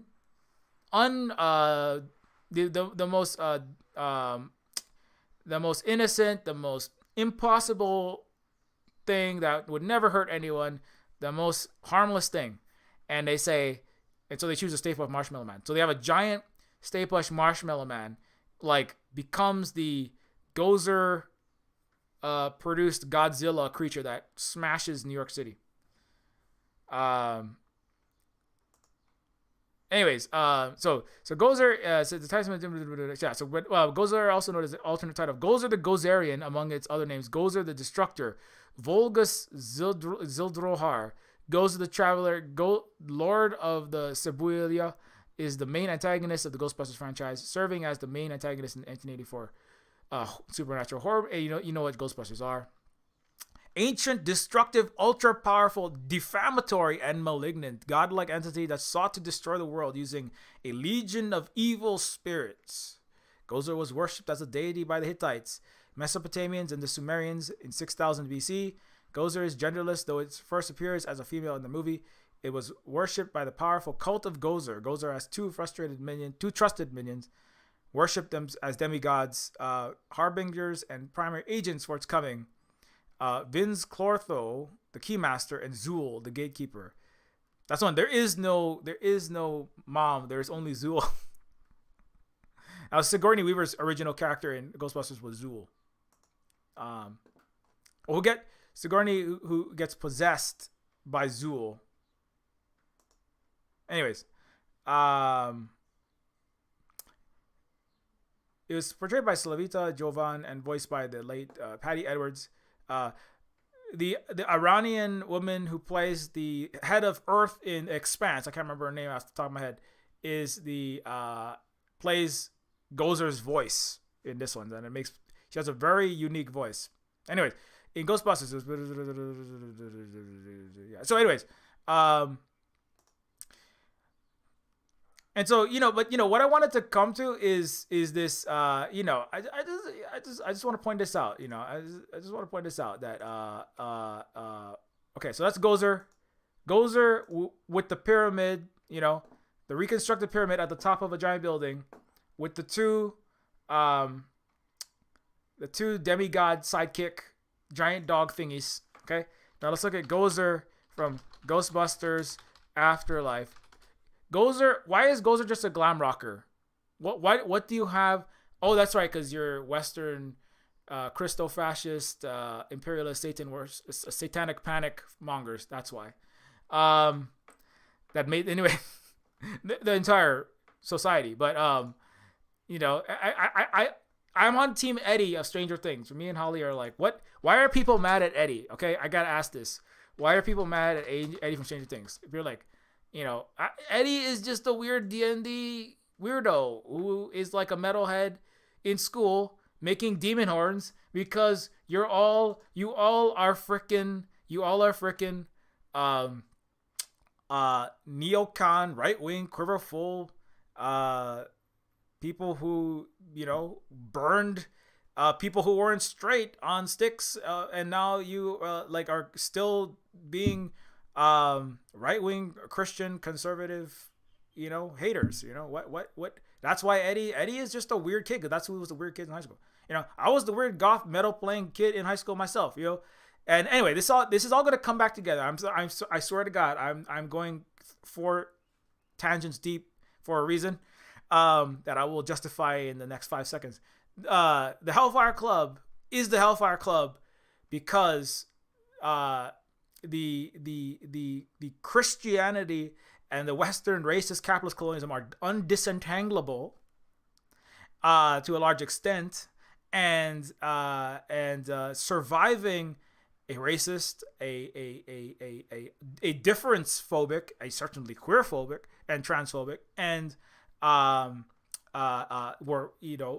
not being a good Christian was unacceptable, was part of surviving that was growing your hair long and going. I was talking about with the all goth POC panel the other day, just like Anise was a non-white goth person in high school, said, well, everybody thought I was already just a weird, strange person because I looked different, my nose was different, my skin, I was Mexican, I looked different, and I was a different person.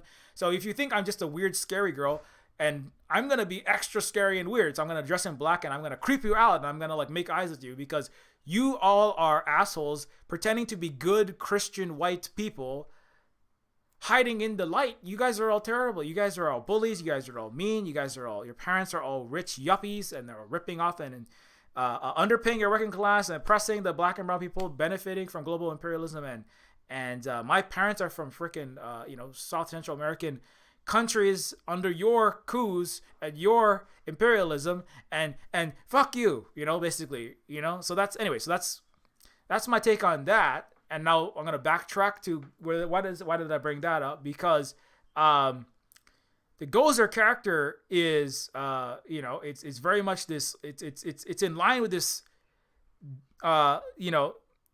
it's hard to separate the ghosts and the scariness and the exorcist and the satanic panic and the fear of demons and the metal world, right? And this kind of alternate world where there were gay people. Imagine that, right? Imagine gay alien transvestites from transvestite extraterrestrial Transylvania, like in the Rocky Horror Picture Show. And that's horror. That's the real horror. Is what if there are gay people in the world? You know, this is a time before there were gay pirate shows. You know, this is a thing. You know, and now I'm gonna go into a fifth tangent. For people that are the age of Taika Waititi and Steed, Rhys Darby, you know, Taika is 50. What is he? He's like 40s, 50s, right? Same like, you know, when Taika was a kid in his school, you know, and when Rhys was a kid in his school, you know, there was a time when, you know, it was like the end of the world was when gay people exist. Any gay people, period. Not like openly out trying. That's, you know, that was a different reality, you know. And having a gay pirate show, it is like it is incredible and amazing, and like it would be unthinkable in that time. You know, that's a different reality, and also it's a non-white indigenous queer character as well. And so this is gonna tie back into the Gozer. This character, and if you want to have like a long expanded. If you want to have a long and expanded discussion of this, you can watch my video that I made on. There's actually a series of them that I made on the. I'm sorry, I gotta go find it real fast. On the alienization of indigenous feats was one of them. That deals with Ra from Stargate. I did one on the. I think that was the big one, but then there's several other ones that go back to how. I think I've maxed out on tabs now. I've screwed myself. Now I'm going to spend the next rest of the stream staring at the face of Nomi Prince. It was important, but not what I was talking about. Oh shit. Okay, here we go. Okay, let me close some tabs. I don't need all of these. Holy shit, I got like it's the ends of Silver Spook's stream, you know, brought about by the failure to have a dialectical scientific understanding of the maximum RAM and open hard drive capacity, right? The scientific understanding of my maximum Google Chrome tab capacity. So that my failure to be an egon about my own tab opening has caused Silver Spook stream apocalypse. You know, it's tab apocalypse. I'm so sorry. It's Tabmageddon. Gotta close my tabs. Every stream this happens, you know? Like an episode of the Ghostbusters, it's the end of the world by the end, or Stranger Things, it's the end of the world by the end, right? And you have to go and okay. So I wonder if I can find it if I just type that in. Alienization. Okay. Stargate and alienization. There it is. I got it. So if you want the longer take, this is an expanded version of specifically. Now this is a little bit of a tangent, right? On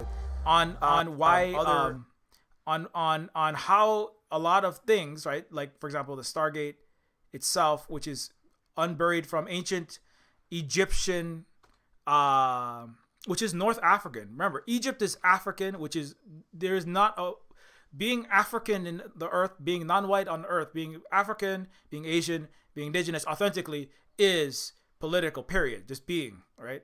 And so this alienization of indigenous feats where extraterrestrials visit, build the pyramids, give the technology, and all of the credit for all of these great successes of the civilization, the technology, the architecture, inventing hospitals, actually, medical technology, science, engineering, mathematics, algebra, astronomy, all of these great feats, all of these great knowledge bases, all of these huge civilizational achievements that dwarf anything that Europe had ever even attempted. And also Europe actually borrowed from, if you read the book Black Athena. Are always, it's always just this little, last time I was talking about the Stranger Things, right? Part of the Stranger Things, right? I think it was the end of end of becoming an adult. It was like the end of childhood, right?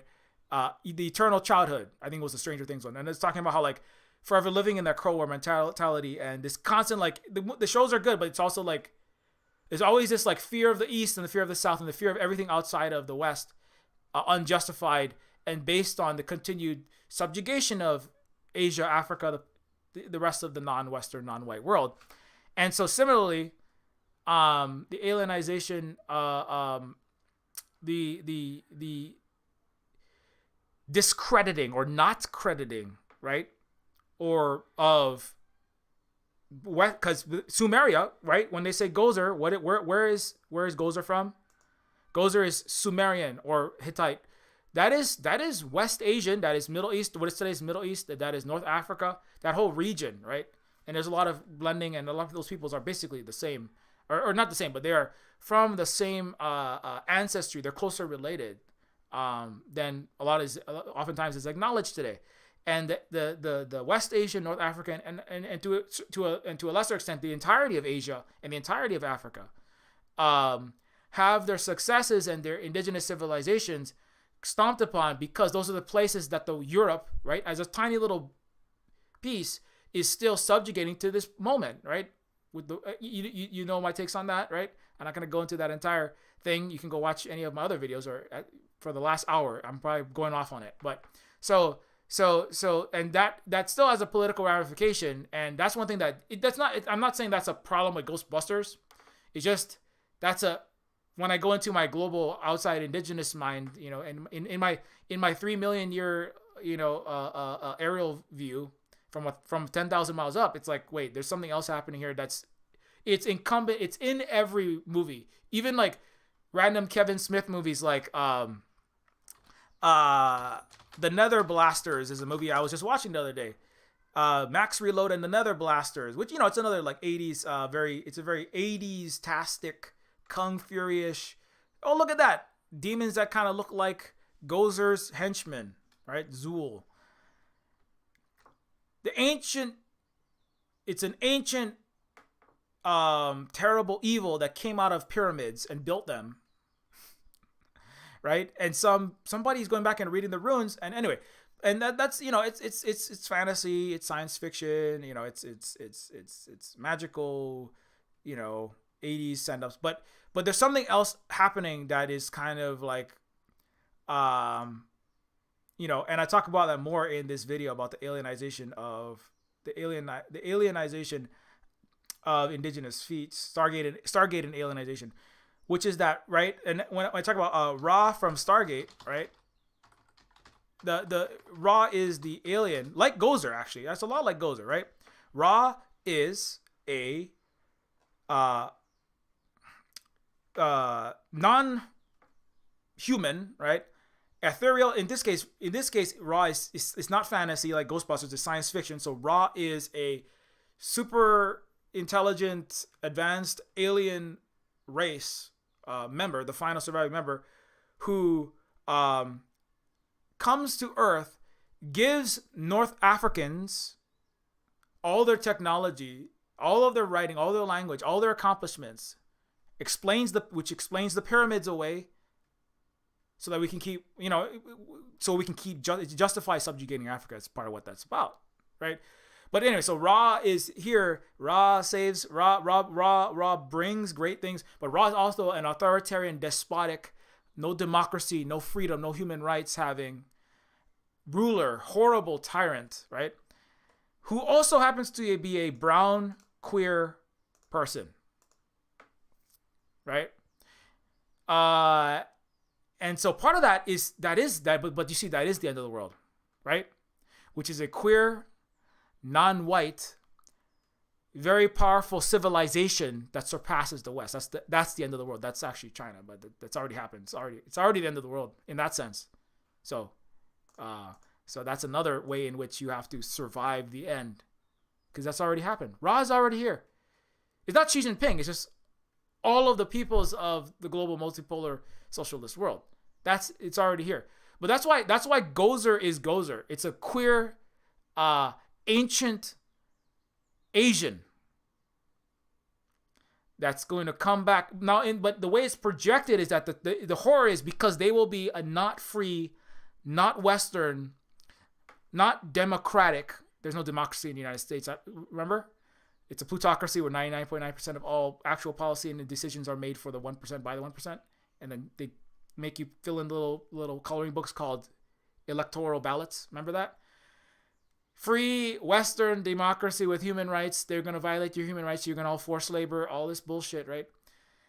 And so on the deepest level, the end of the world is here. Gozer is here. It's called all of Asia and it's all of Africa, who are people who respect historically indigenous, like most indigenous peoples of the world, the rights of non-straight cis people and don't identify gender binaries and gender fluidity is accepted, like in Hawaiian culture, like my culture, which is 400 million people. All the Australian people, it's more people than all of US and Canada combined. So the end of the world is here. It's called queer, non-white, satanic demons from hell. You know, that's the fifth way that it's the end of the world. You know. And the good news is we're not here to rule you and enslave all of the white people and people who don't kneel down to, I don't know, the CCP or some shit. It's not what it's here. It's you're right. You know, we're here for actual equality, like not mouth words about equality and then putting 2.5 million mostly black people in prison and subjugating 7 billion people in global colonial capitalism. Right. We're here for actual equality. That's the good news. Right. But I'm not saying this is like totally separate from the rest of Ghostbusters. It's not really Ghostbusters. It's just like Western everything, Western media, Western psychology, Western sociology, Western history. This is just everything, right? And so but you know, so Ra is my point is it's a queer, despotic Asian or North African who has come back from thousands of years ago to destroy everything. The entire world, and end the world, right? And end the world in fire and death and Stay Puft marshmallows, right? Right. That's and so in that sense, right? This Gozer. Trying to find the So this is you know, where's that Ghostbusters Gozer, Ghostbusters, the sky. It's like this is a very iconic image of the entire sky turning red and opening up. Yeah. New York is all of New York is this is it. Yeah. It's like this, right? So when ancient Africans and Asians come back they will come back to New York and they will rule on high. The Chinese will buy New York. And they will rule on high. And everyone, all of the free, democratic, Western, capitalism-loving New York stock traders and New York taxi drivers and New York Ghostbusters and New York subway operators and New York nurses and doctors and all those good New York ex-U.S. military Iraq soldiers, all the good New Yorkers and the great American Empire State. I'm sorry. The great New York, very free, not empire. We're definitely not an empire. We're not people who go around and subjugate others for our own benefit. But all of us will be subjugated by this evil, ancient, Asian and African entity. We don't really know much about it. All we know is it's evil. It's coming for us. And it's going to take New York building and it's going to be gay. It's going to be really gay all over us. It's going to be so gay that it will end the world because gayness is the end of the world. You know, that's why actually why is it always like the queer, like it's like all the queer and the non-straight, non-men that are like always like leading these actions, you know, like all the dudes are off like making lots of money, buying into empire, fighting for the military, running hotels, you know, being dickheads, shitheads, and then it's like then you have your Kumuhina.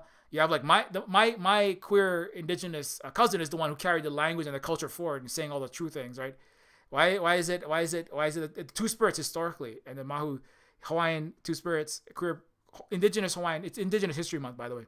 indigenous, queer, Hawaiian people like Kaomi, etc., who actually carried Hawaiian culture forward in the face of Western colonization, in the face of Christianity that was burning them at the stake and just killing them, in the face of it, right?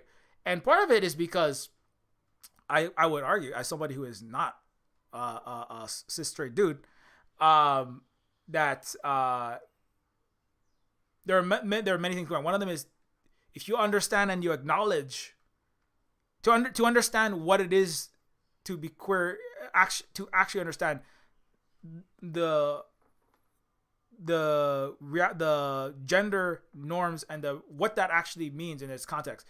There are people that might actually be not straight and not cis that can't even really acknowledge it because they haven't been able to fully grasp what that actually means. And then to be indigenous, it's not the word queer it's not really a word. There's actually another acronym that indigenous people of the Pacific use. I can't remember what it is off the top of my head. The video has been, there's a panel discussion that has been taken down now off of YouTube. I don't know because I don't know. They're anti-queer. I don't know. But anyways, it's not, there's another acronym. It's not LGBTQ plus, but it's like MMOIP something. It represents all the indigenous Maori and Samoan, Tahitian, Fijian, and Hawaiian words that mean these different gender identities. And to understand that is a whole nother thing, because the indigenous people, I would argue part of it is because the third gender people, and this is way off Ghostbusters, I'm sorry. The third gender people who you can see things from multiple worlds. You can see things from a masculine world and from a more feminine world, and you simultaneously are not really of either one, right? And so what that does is that allows you to, like the poet that is often respected in these cultures, you are able to see the water that the fish are all swimming in because you're outside of it. You can see them in a way that they can't and don't want to and don't have a desire to, because it's easier to just swim around and not see what you're in. And so the person that is outside of all of them, but then also is of them in a certain sense, that's why they were often, for Hawaii, the kahuna, the elders, the mahu were often the cultural and spiritual leaders. They were looked to for wisdom. And it makes sense if you think of it in that way. They can tell you, this is how you are. This is who you actually are. You can't see it because you are just practicing it. And you can't see it, And I'm not saying that like that's why I'm just this is not about me. I'm just some random person, But I see that in my own family.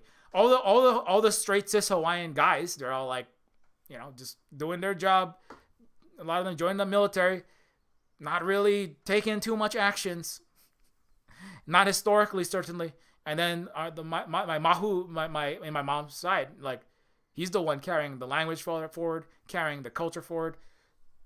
Always been radical through all of the decades, and everyone else is making money in Waikiki, making money in Honolulu, right? Working at the bank, working at the corporation, working at managing the hotel, right? Playing football. I don't have to say you can't play football, but getting the scholarship, doing the American dream, or trying, right? Buying in as a Hawaiian. It's a lot of people who have an Americanized and a capitalistized and westernized themselves and joined the military.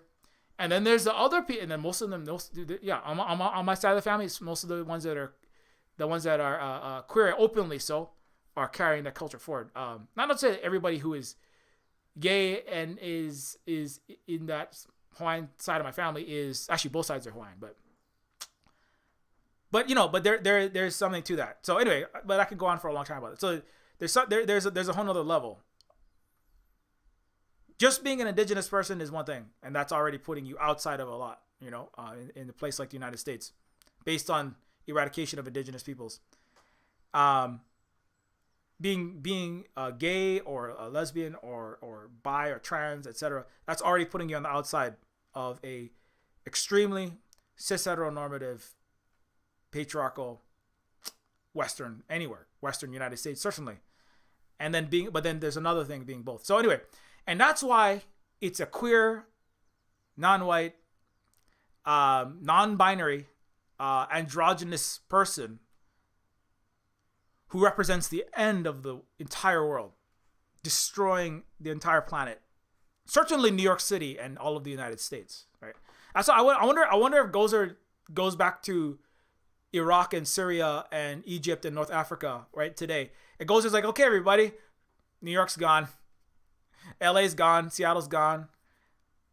You know, capitalism's gone. Okay, everybody, let's have a multipolar world. You know, that actually be, that might be like one of the future Silver Spook works. I'll make this work where you get to play the queer, non-white, North African and Asian 5,000-year-old resurrected leader.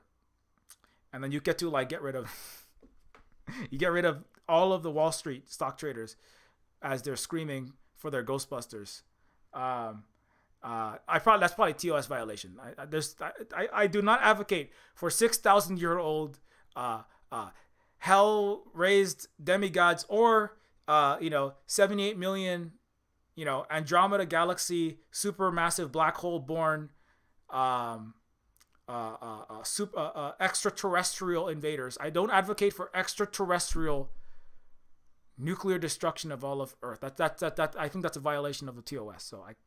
So Raw, if you actually exist, please don't come because I don't want to get in trouble on the platform.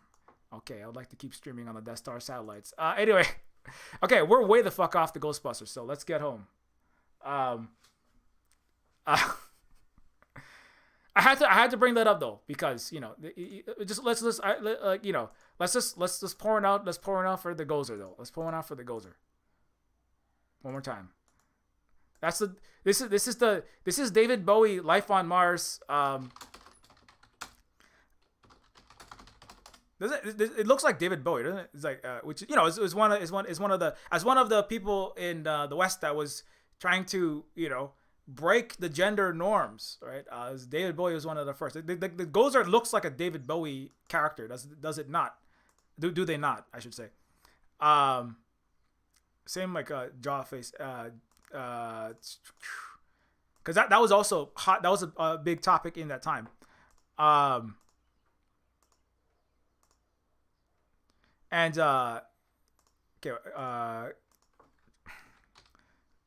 sorry, Gay Pirate Show. I'm getting lost. I'm gonna have too many.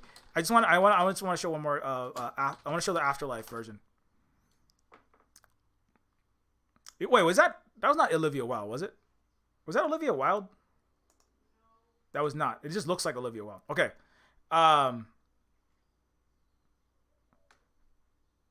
Is that this looks like an alien carapace. This almost looks like an alien carapace. But anyways. So one more. Oh, also one more shout out for Xerxes. One more shout out for Xerxes, okay? Again. It is Olivia Wilde. Wait, that's Olivia Wilde. Oh shit, I didn't even realize that. I mean, that makes total sense. It looks. I was like, that looks a lot like Olivia Wilde. Yeah. So that's Olivia Wilde. One more shout out for our queer authoritarian despot coming to destroy all of the Western world. Xerxes.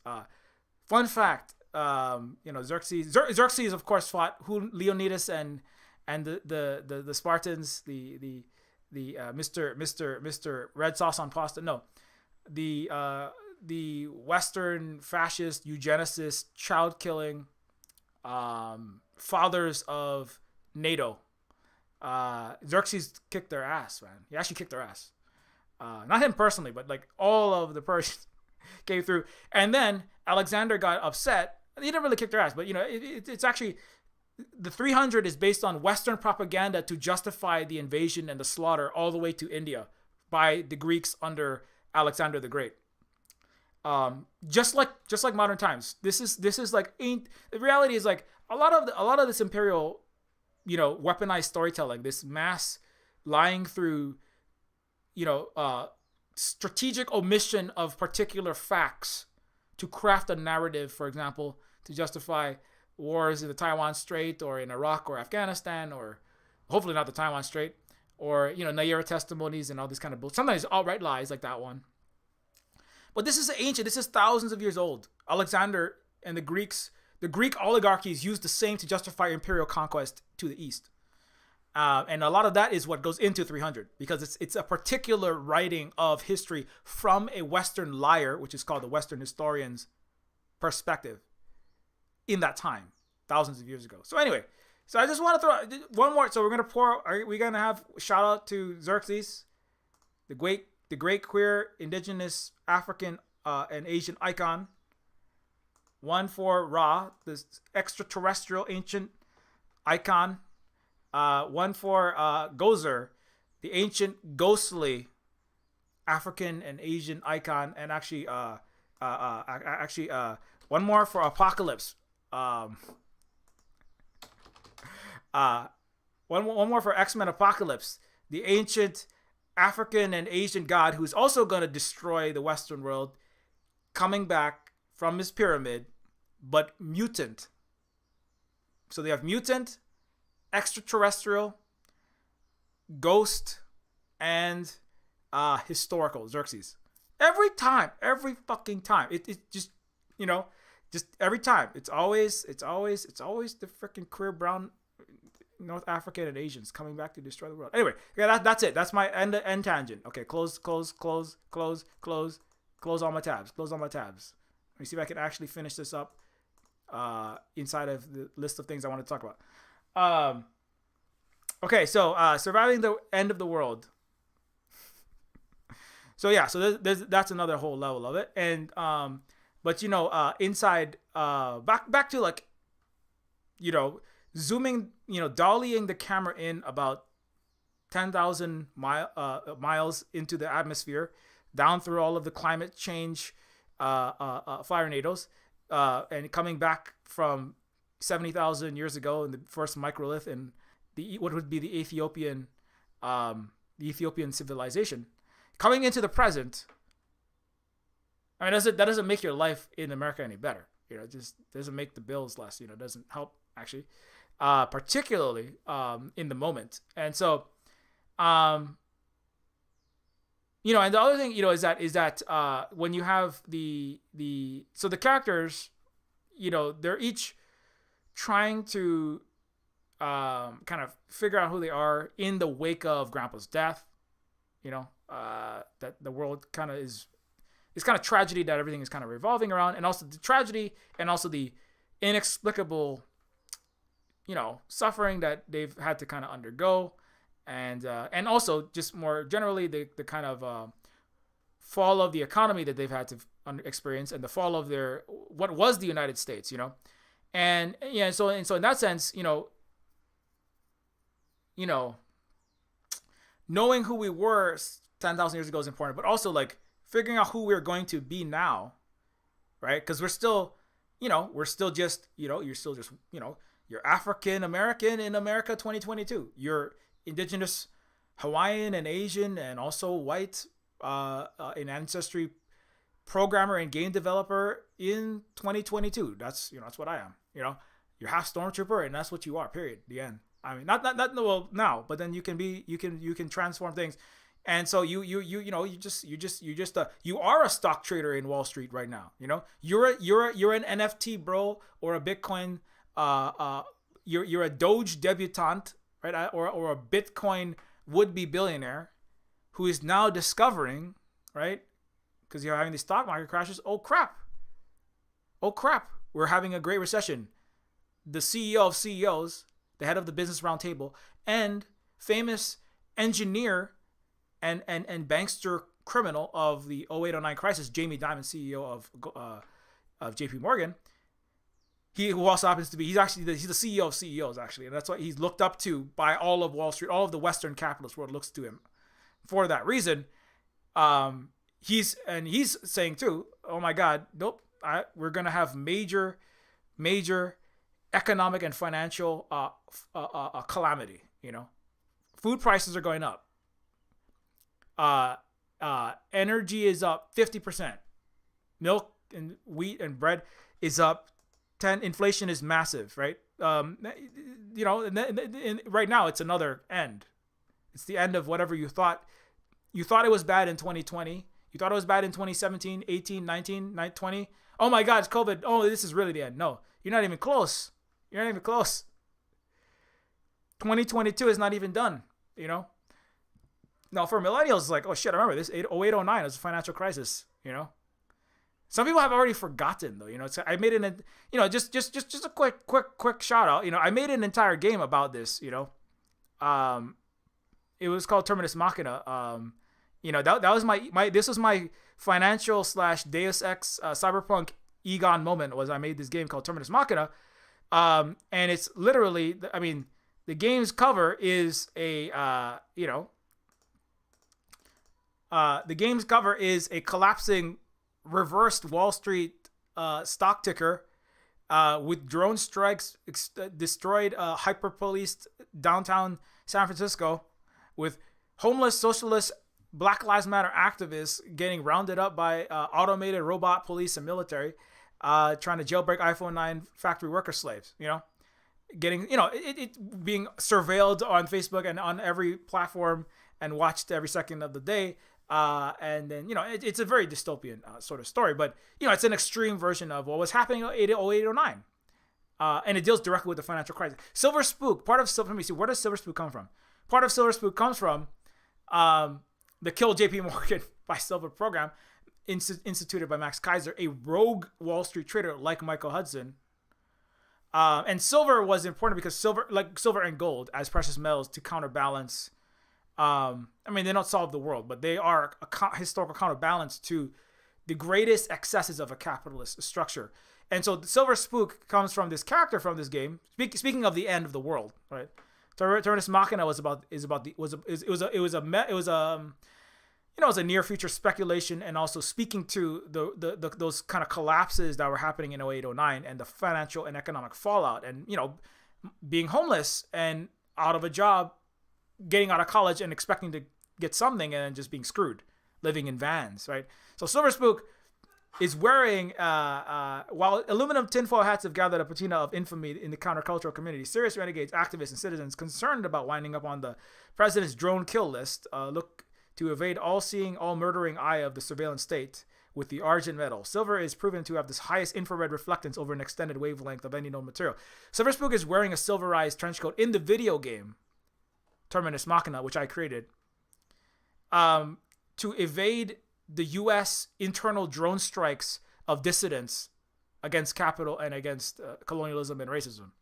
So Silver Spook is the character, wears a trench coat because the Reaper drones that are shooting missiles in San Francisco to blow up anyone left of Biden, including Black Lives Matter, including anarchist, socialists, indigenous activists, water protectors, have trouble seeing the heat signatures of people wearing a silver trench coat. That's why it's Silver Spook, if you ask me why. In a science fictional video game, of course, this is, they're not literally doing that kind of thing yet. I hope they never do, obviously. I hope they don't, right? But and there's a robotic police and military, and Silver Spook is also an ex-agent, like Spook in the sense of a CIA, NSA agent. There's a current fight going on between people in the gray zone and a bunch of other, I don't even really want to name them right now because it might be a problem, but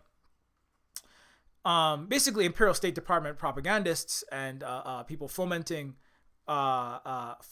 war, pushing, and the agents of an empire are there. People who work in K Street, people who work in City of London and in the BBC. Or with them, people work with Western media generally for the plutocracy, for empire. They're called spooks. That's an insider term. Not everybody knows that term, but that is. Well, I don't say it's insider. It's in the dictionary. So Silver Spook is an ex-programmer of the artificial intelligence systems that guide robotic police, SWAT teams, and drones that are killing and destroying union strikers, Black Lives Matter activists, anti-racism, abolitionists, socialists, people having their anarchist book clubs beating up Marxist-Leninists, but then the police beat them all up. The robotic police beat them all up. And Silver Spook was a programmer. He was one of the last 1% of people with jobs of any gainful employment. And he quit because of how terrible the job, what he was doing at that job. So Silver Spook is kind of a version of me that went a little further into programming and started working for the U.S. police, military, corporations, and Wall Street, and then defected later because I was studying to be one of those people. So, and I instead don't do that. I write science fiction and cyberpunk at a Silver Spook cooperative and do the things that I do that you now see. So this game was also a game that was about an end of the world financially and economically, right? And the silver, and so also the silver trench coat. It's not just about the silverized trench coat is not only for infrared protection from drones seeking to kill you. Full disclosure and disclaimer: I'm not saying if you're actually being targeted by drones in Iraq or Afghanistan or AFRICOM or any of the hundreds of countries where America targets people with drones, like right now, I'm not saying that you should wear a silver trench coat. I'm not. That's everything in this game. There's actually an IED, but it's not. There's no real formulas because that would be like you get in real trouble for that. There's none of that. The silverized trench coat does not necessarily going to save you from any drones. So don't take that as a surviving imperial warmongering advice. Anyways, but the silver is also used as a currency by the underground because the dollar is inflated. The cryptocurrencies have all exploded, or been disbanded and disposed of, and so silver is like the currency du jour of and it's illegal to use in the McSwifts, which is fully robot automated burger place where nobody can buy any burgers because nobody has any money. Actually, the stagflation that we're hitting, this is where we're at. You have all of this productivity and AI and robots, and nobody to no engine for the economy. Nobody is buying anything, and nobody can afford the $20, $50, $100 burger.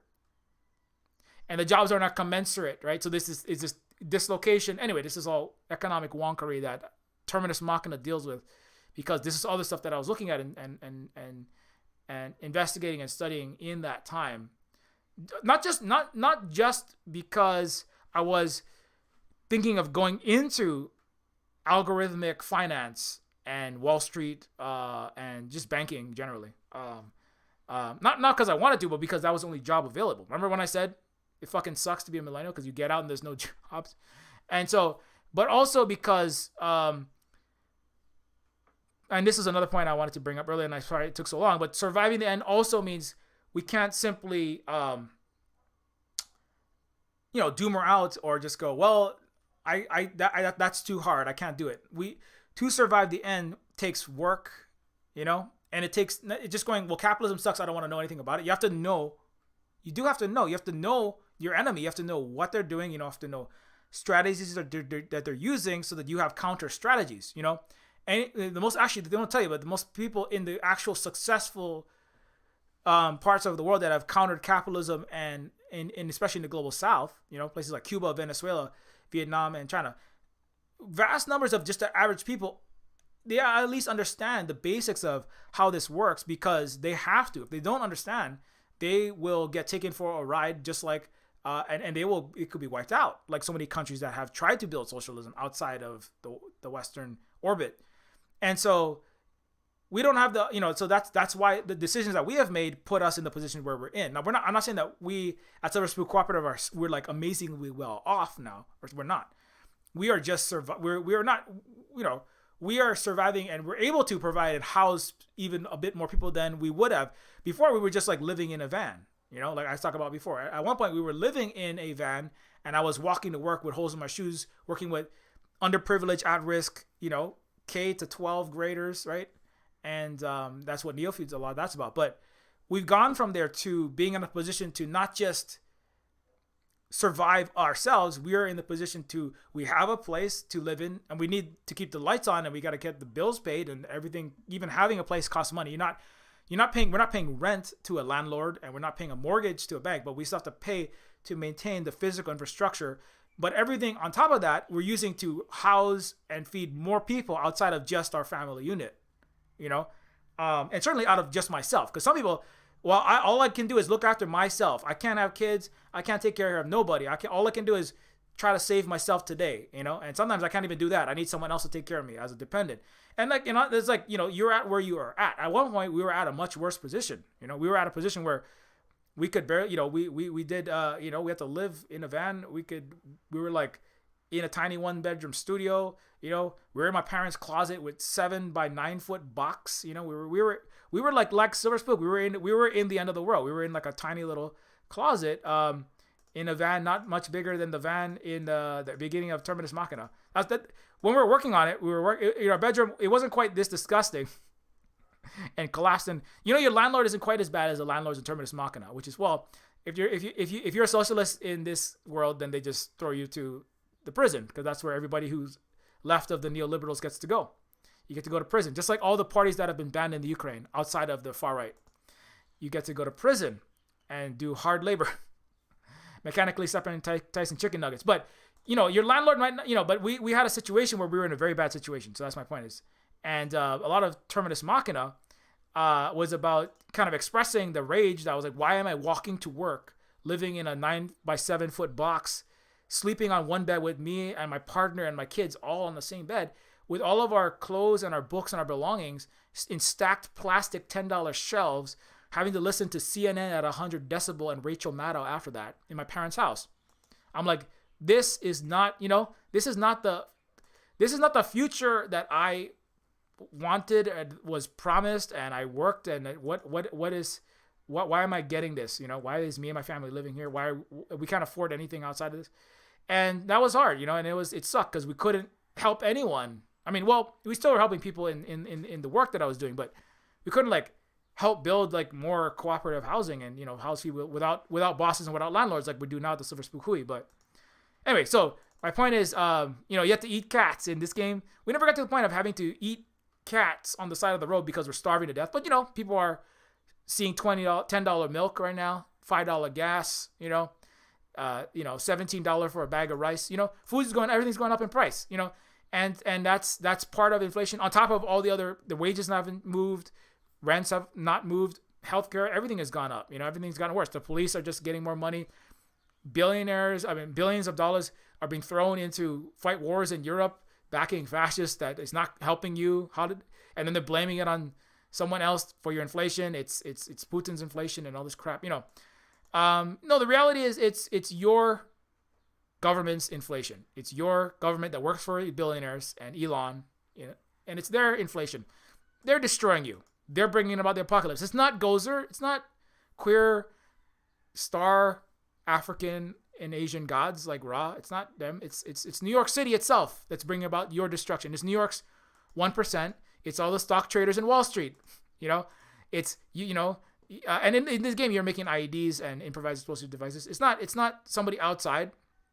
It's you bombing the schools. And in Terminus Machina, they drone bomb schools because there might be some innocent people in them, like they do everywhere else in the world. The only difference between in this one, they actually blow up a school. The U.S. blows up schools inside of its own country. The only difference between this and Gaza, Palestine, Iraq, Afghanistan, etc., is it's happening this is the U.S. bringing its own empire to its own shores, and that's an end of the world for people who have existed in the imperial metropole, discovering what used to be the metropole is now part of the fringe, right? And that's where millennials and Gen Z are finding themselves being. The edges of empire are moving in and then moving up. They're not all the way in yet. It could be a lot worse for you, but they're moving inward into the shores of the United States as they start as the Wall Street speculators cannibalize their own children. And so that's another end, right? That's hitting now. It hit in 0809, and my point is that Holly and I, to get to the position where Silver Spook Games is now, and Silver Spook Hui, where we're not just relying, we did have to hey, mom and dad, can you help us out? And then for a bit, we were still paying rent the entire time, but it was to get the game launched and get the program going, we were paying reduced rent was $1,000, $500, $1,000, but now we can house and we can feed more people because we're doing the work that we need to be doing, right? And so, but part of that is it was not taking bad advice, buying stocks, or buying these stocks or investing in that fund or listening to those people. I did it, to be honest, everything that I knew about finance, I was trying not to listen to Western sources. There actually was a lot of sources coming out of, I can't even mention the place. I'll give you a hint. It's east of Sweden though. and they had a news network that's now banned in the West. It was information coming out of there that are put us in the position that we have Silver Spook Cooperative and Hui, where I can say the things that I say, I can do the things that I do, right? Because I wasn't listening to Western sources. I was listening to people like Chris Hedges and people like Max Kaiser. These were like rogue Wall Street. They were the weird Egons, going back to Egon. They were the weird Egons trying to say true things. Sorry, I'm way off on my universe. So, I want to bring it back to Ghostbusters, but they were the weird Egon Spanglers saying a true thing, right? In the West, and being laughed at and being crushed and being called Russian agents and being called enemies of the state and being called just crazy people, and like Egon, nobody listens. And then what they said was true. And then, oh my God, we should have listened. Too late, right? Oh my God, 0809 was people called it. They already knew it was going to happen. How could we have known? I was just selling, Applebee's waitresses $1.2 million Floridian mansions. And I was, not doing any income or asset or job checks, and then selling those off to. I thought this would go on forever. Oh my God! I was just putting out $10 paninis in California to get, real estate agents and asset flippers to come buy my Californian house and sell it for 50% more in the next year. I had no idea this would happen. But, people who understand the economy, but then nobody's listening to them because everybody's too busy, right? Everybody's too, especially most of the straight cis people and most of the, of the places, a lot of the people who are the weirdos, a lot of the weird, both the Ras and the queer indigenous peoples, and the renegades of their own Wall Streets, their academias, their university systems, including their government agencies, their news outlets. Like Chris was a foreign correspondent, and he quit when he said that Iraq War was unjust and we should not go into it, and then he was fired from the New York Times specifically. And I'm not saying everything that he says is correct, but I mean, he was right about a lot of things, and then everyone else is like, and then he lost his really good job, and then he worked in a prison after that, right? And so it was listening to those people and going like, oh shit, that's what you're saying. Actually, when you look at the science, which is just looking at the true facts, right? We distill science down to that, the actual truth, as opposed to what's the opposite of truth? Lies, or things that sound nice, or good storytelling is the Western American and Euro version of it, right? But if you look at the actual truth, not what sounds nice to your ears, like, oh, this will go on forever, and we can not wear masks forever, and I can just not get a shot, and I can just, work at this corporation, and I'm sure it won't fire me when they have to have 250 telltale severance layoffs so that the CEO can make more money. If you listen to what is actually the truth based on historical reality, based on actual observation, then, and which is ostracized, which is othered, which is put into the crazy house on the dirt farm somewhere in Oklahoma, in the ass end of everywhere, and you're the ass end of the ass end. You're the mockery of the shithole town in Oklahoma. And if you listen to that, then you might actually learn something that will help you, right? And so that's actually, I would argue, that's actually part of the way that we survived the end of 08 and 09. I can say this personally was by listening and I'm going, okay, well, we should take, and there is some. Silver Spook does have, so I can't tell you, I am not an accredited Wall Street portfolio advisor. I am not giving you stock tips. I am not financial advice. I do not know your specific situation. But I may or may not be Argent 0.999 fine silver, not American Eagles, but possibly some peace and possibly some 60% silver JFK $50 somewhere. Who knows where that might be? It might be somewhere deep in the ocean, I'm just saying, we had to move things around in a way to leave Honolulu, where I was from, make other decisions, like even moving was a financial decision as well. Leaving Honolulu was a financial decision. Not having any debt was a financial decision. Unlike in the beginning of this movie, part of the problem is grandpa leaves them a bunch of debt. That's not a good place, so we don't have any debt. Fun fact, the richest people in the world have zero debt. You know, get a credit card, get 5, right? Take out a loan, take out a car loan so you can get a credit score, so you can get a house loan. Fun fact, the richest people that I personally have directly conversed with, they have none. They want you to have it so that they can own you and lease you. So it's a very, there's some cases where you have to get it. I'm not saying you're not in a situation where you can't choose to not have debt. So I'm not saying that it's like you're terrible because you have it. But part of it was getting out of all debt. We don't owe any money to anyone. We don't owe any money on this house. We don't, and all of that is why we have a place where we can house people who need the help housing. We've done this for multiple people, and we're gonna have to do it for family members in the near future. And so that's part of surviving the end of the world, economically, financially, and also spiritually, and also surviving it. Because just one more quick PSA, and then I'm gonna end it. This is a little scary one, so I don't want to end scaring the shit out of you. The point is not to be scared. My point is don't be scared. My point is like, be like Egon. When people are saying one thing, don't listen to them. It's not COVID free and clear. Wear your mask. I don't care if everyone looks at you weird in the gym and they're all like doing their CrossFit gym bro, pectoral, the giant, I know how that was. I did that when in high school too. That's why I'm like, I've been around lots of duty dudes who like to run their mouth and say things that are bullshit but act like they're very confident in it, but they're wrong. I know what that's like.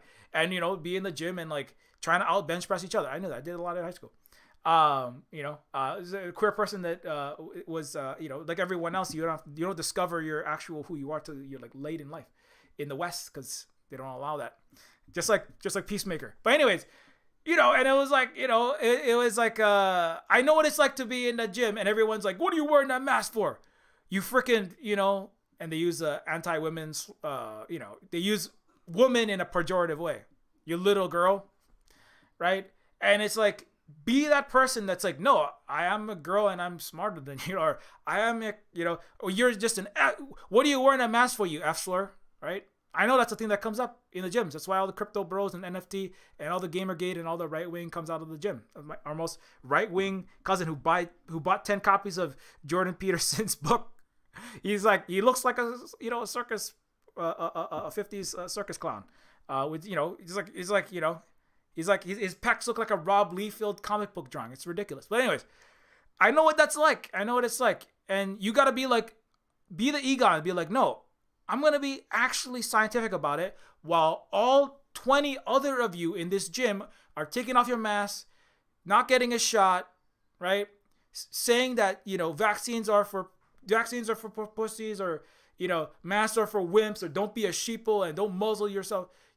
Wear your mask. Be, if you're in China, everyone's just like smart and educated, and everyone's Egon. Everyone's just like normal, human, educated based people. But you're in shithole, so now you're surrounded by idiots and clown dudes who are like, you just like, oh yeah, I know what I'm talking about, and I'm just gonna like tell you what's up, because that's the right thing to do, is just like run my stupid little mouth and say whatever sounds tough today.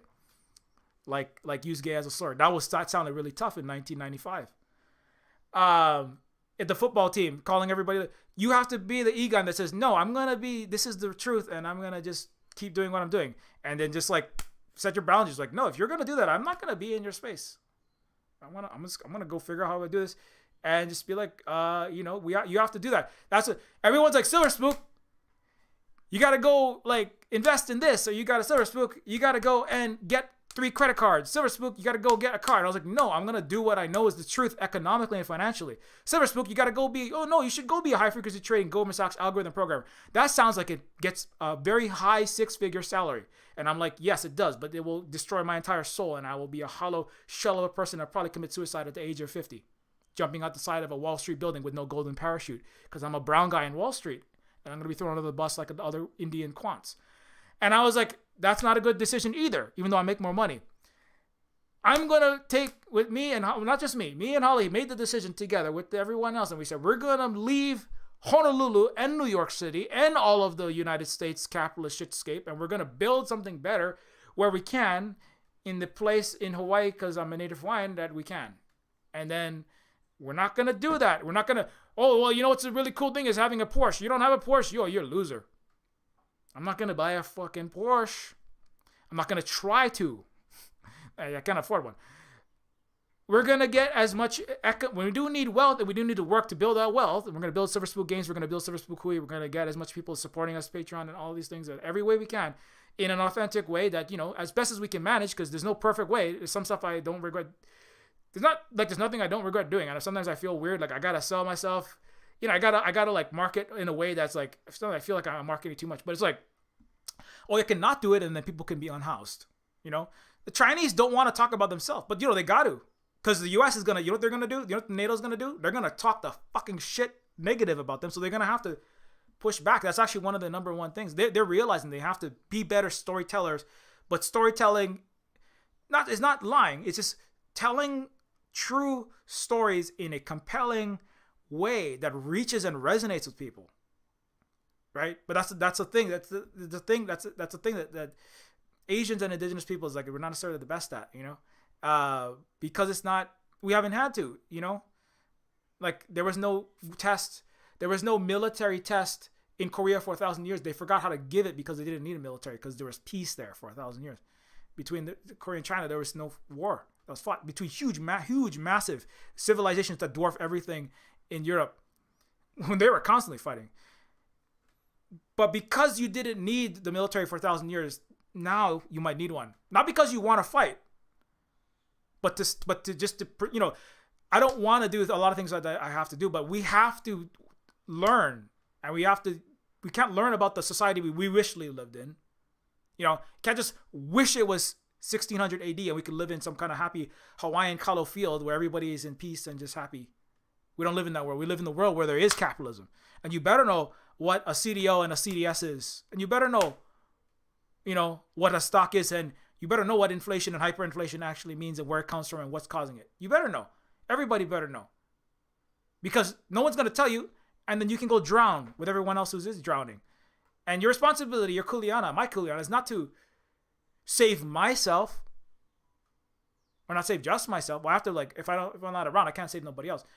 My kuleana is not just to it's not to understand capital and use all the tools that we have, like social media, like this platform, right? Like Twitter and the 50,000 followers that I have in total between Twitter and Instagram and Twitch, I call them the Death Star satellites, but there's still tools that we have to use. If I didn't use those tools, I wouldn't be housing some peoples, I mean, lots of peoples, wouldn't be able to house my family when they're going to need it soon. When the oil, when the water comes out, oil and salt from the U.S. military poisoning Hawaii's water supply. I have to use the tools that I have to use. I have to understand the things that I don't want to have to understand, but I have to understand the economics and the capitalists and the imperialists and the what happens in the Bilderberg discussions. I don't like listening to all that shit, to be honest. It's kind of, I mean, sort of. I have a weird nerd financial and economic wonk. In some senses, I'm a cyberpunk nerd, but it's kind of gross and disgusting. But you gotta know what they're doing. In the same way, the Venezuelans need to know what the U.S. is doing, and they need to know what it's gonna do when they increase their reserve currency, and when they take $1 billion worth of their money and they start impounding it, and if they locate their money inside of a bank inside the United States, it can be stolen. The Venezuelan people don't have the option of maybe I'll put my money here or there, because that could starve their entire country, right? Now, the reality is, in the near future, you not knowing what is going on economically and financially could put you in maybe, who knows what kind of shitty position. If the U.S. really brings the empire inside of the United States, you're gonna need to know, right? Because the U.S. is not gonna tell you, hey, you know what? Today's a good day to buy $10,000 of silver. I'm not saying do that. Hey, you know what? Next year, the price of milk is gonna be $200 a gallon, so you better not have any money in any dollars. They're not gonna tell you. You're gonna have to independently do your research. You're gonna have to find people that can help you. And I'm not the person. I'm just saying. Part of where we're at is by finding better sources, which is sources that are you have to be dialectical. You have to try to authenticate. It is just a lot harder. It's a lot harder to find sources than if you're in a place like Vietnam. Because in Vietnam, most of the places that you can get information from are actually social. They're actually they're actually good socialist, which means wanting to give you true information, as opposed to capitalism wants to give you disinformation to keep the good information inside. So it's very hard, but that doesn't stop us from trying to do our best to make sure that we continue to survive economically, financially, but also spiritually. See, I can make $300,000, but if I don't survive spiritually, and I get bought off also, because then I can't help people, because if I help people in a way that is materially in a net helping, then you're never gonna have a perfect zero sellout trade-off in the West. It's not gonna happen. You're gonna have to give something, but you have to make sure that you're making the best compromise that you can make. That's why I always say, do the best you can under the current circumstances. We don't. This is not 200 AD. Where there's like zero wars for 1,000 years in parts of North Turtle Island. That's not where we live. That's also escaping from reality. That's also not being scientific. So we have to remember that we have to do those things. And I'm not. This is just a general. This is just like what I have had. That's just what we have had to do, and I take on a lot of the financial decisions for reasons. We split. Holly does a lot of very important work as well. That there would be no Silver Spook nothing without all of Holly's very important work, including moderating and working on Holly's own shows as well. But the last 10 years a lot of it has been trying to survive the end that came in 08 and 09. So a lot of Silver Spook, the existence of Silver Spook games as an entire concept was kind of in part a mechanism to survive the end of the world as I knew it, certainly. In some ways for the better. In some ways it was very hard, but in some ways it was for the better. It was the end of the world where I was going to go on to get some kind of rock star job, movie cinema job, LA big time job, or just maybe I'll just program and make enough money to buy a house and a kid. I had that idea. I was going to buy a house with my salary, working at some corporation or some bank or some local company or teaching, and then I'm going to have family and have kids or something, and life will just be good. That was like the low end. The high end was I'm going to be a rock star, I'm going to be a movie star, I'm going to make music, and I'm going to make big movies. I still hope to make big movies with Taika Waititi and make big games with John Romero. I'm still holding out for that one. John Romero and Taika Waititi, please come and talk about your gay pirate show and your Mad Max outfit on the next All Goth PLC panel, okay? That's my Taika influencer smile. Anyways, so this is like a big anyway. So my expectations had to change to survive the end of that world, and our expectations had to change to survive the end of that world. And we were at Occupy Wall Street saying the 99% and the 1%, and this inequality, the bankers, screw you banksters, and all that. We were there. That's why I wrote the song No More Armageddons. A lot of the Terminus Machina soundtrack, a lot of the Terminus Machina storyline was written at Occupy Wall Street, but in the Hawaii chapter, so, which was an anti-capitalist. It was one of the first big outbursts of that, so in a certain sense, it was the end of the American dream for a lot of millennials and that great prosperous future, but it was the beginning of the possibility of a better future after the end of the collapse of the slow motion collapse. Terminus Machina is also a story of the in situ apocalypse, not post apocalypse, not pre apocalypse. It's the in process slow motion Armageddon, of the slow motion demolition of what used to be the United States. That was always inevitable, in my opinion, and so I did not see that until after 08, 09, of course, but. So surviving the end is also about surviving that economically, financially, spiritually, surviving what is coming, and what is coming is like 08 and 09. Like, don't, again, I'm not a financial advisor, but let's see here. So, but I will say that recession will hit in the first half of 2023. Dow is headed lower. So again, CNBC is a bullshit office, the bullshit box. Don't listen to everything that they're saying. But If they're saying negative stuff about the stock market, that's how you know it's in deep shit. This is like BBC and the New York Times saying that the U.S. military is in deep crap. I mean, they're always going to be standing it, right? That's like saying NATO is in terrible crisis and about to fall apart, right? It's like they have no vested interest based on their like power map and where the money comes from to be saying stuff like that. It doesn't help them at all, not right. So if Jamie Dimon and CNBC are saying recession will hit in the first half, and this is just one important lesson, part of dialectical thinking, right? Part of scientific Egon-like thinking is also an indigenous thinking. I would argue is don't take one data point and then jump to conclusions and don't listen to the one tract from the Jehovah's Witness evangelist or from the Catholic or the Protestant Christian evangelist or from the Wall Street evangelist or from CNBC evangelists like Jim Cramer. He helped prop it up and he did so much great work to get everybody fleeced, including my mom and dad, who lost 50% of the entire 401k, 50% of my entire parents' net savings and wealth was vaporized in 2 days in 08 and 09. And I don't know if that's where all your mommy and daddy, if you don't have a house, if mommy and daddy don't have a house for you to go in, that's probably a big part of where it went, is that it went into Jamie Dimon and Wall Streeters' pockets. And that's who has it now. So my point is that inflation is rising. The 80%, what were the stats? It was like, let me see, the inflation. Some of the stats are,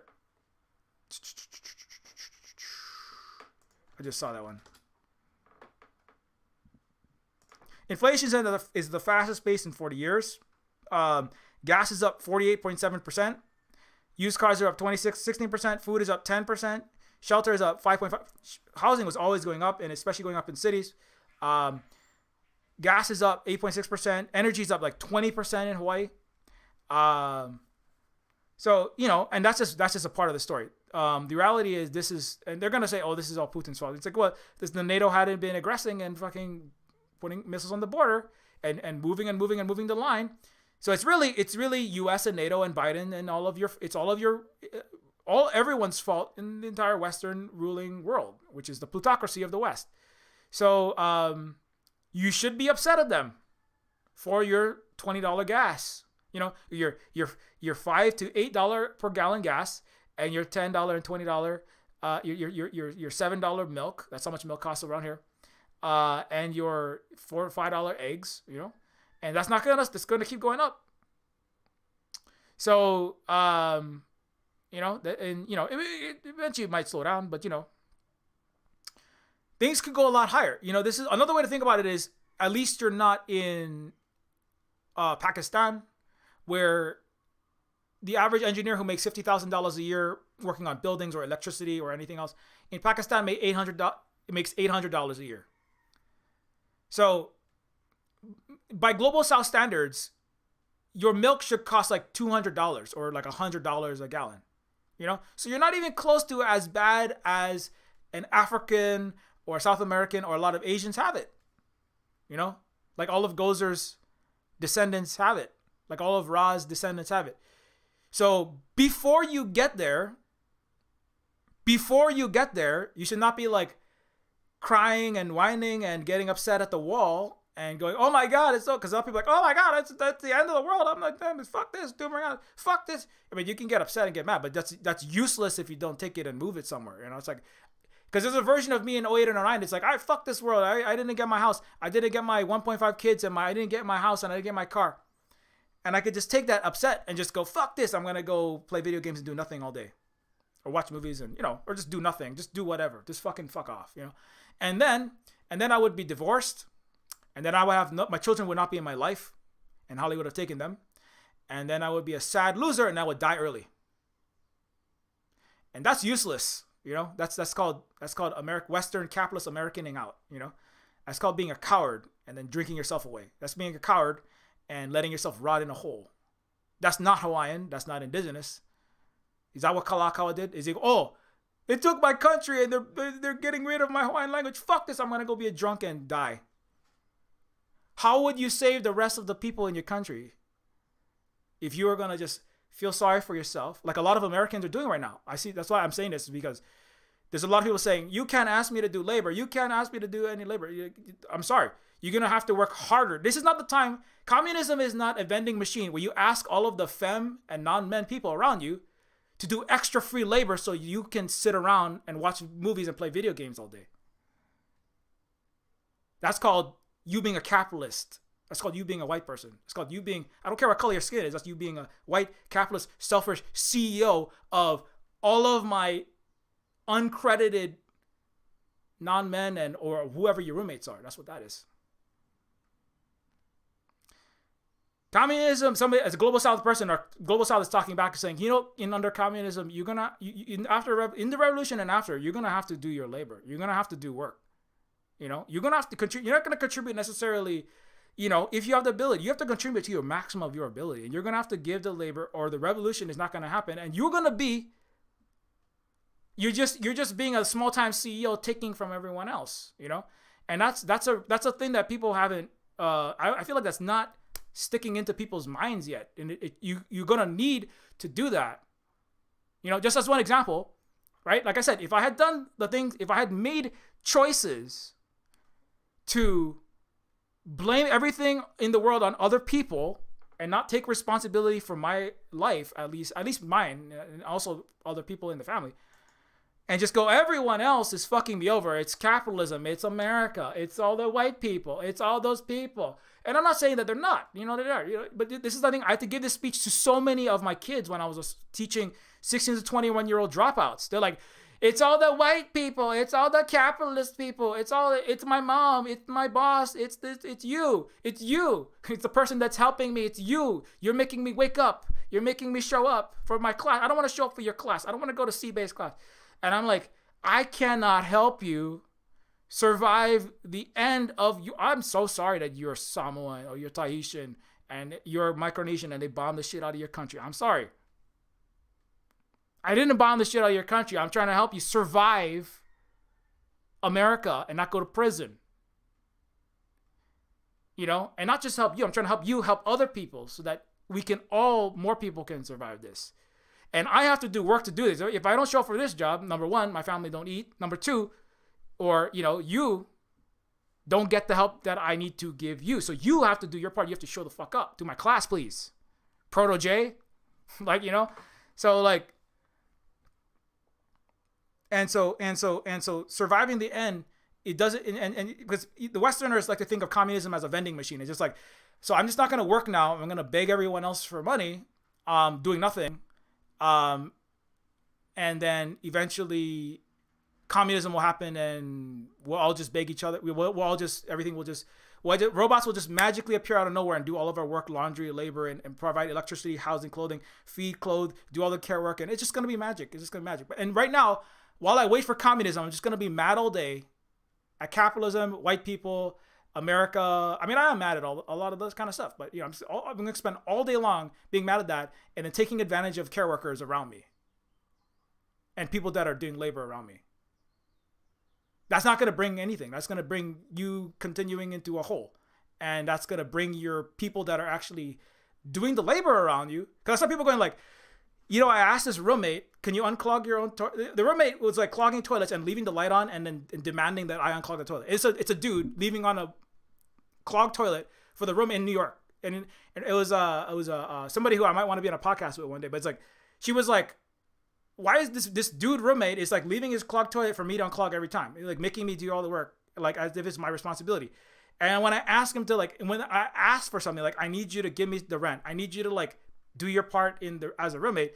And the roommate that is being asked is saying, well, I'm a queer neurodivergent person. You can't, I'm a trans something. And I'm not saying those are all valid things to be. And that's great.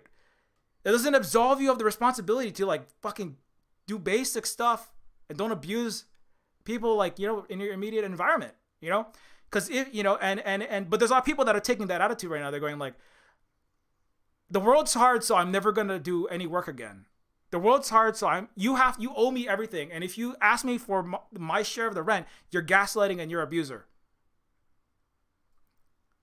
That is not conducive. That is number one. That's not being a comrade. That's capitalism masquerading in I don't know, some bullshit artist clothing, you know. That's weaponized. That's about as capitalist as an LGBTQ plus symbol on the side of a Tomahawk missile. That's about as a socialist. It's about as indigenous as a Hawaiian guy making $600,000 tearing down Hawaiian bones, and saying, "Oh, I bless this construction vehicle." That's about Hawaiian that is.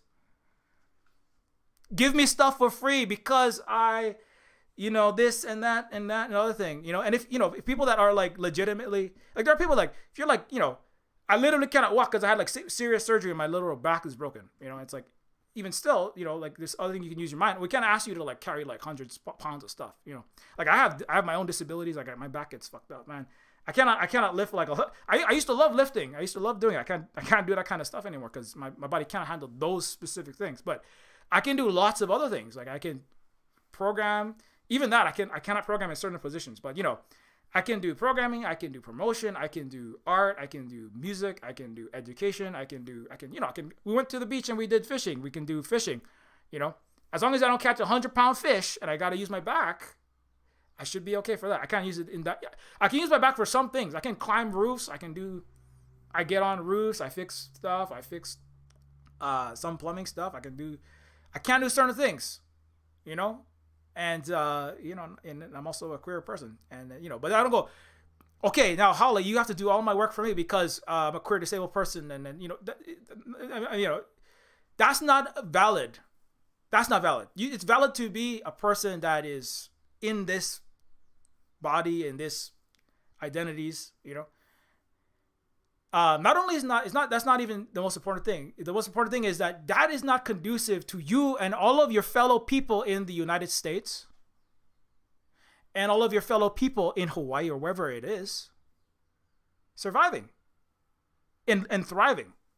You know, it's not just about surviving. It's also about living in the coming world. And, you know,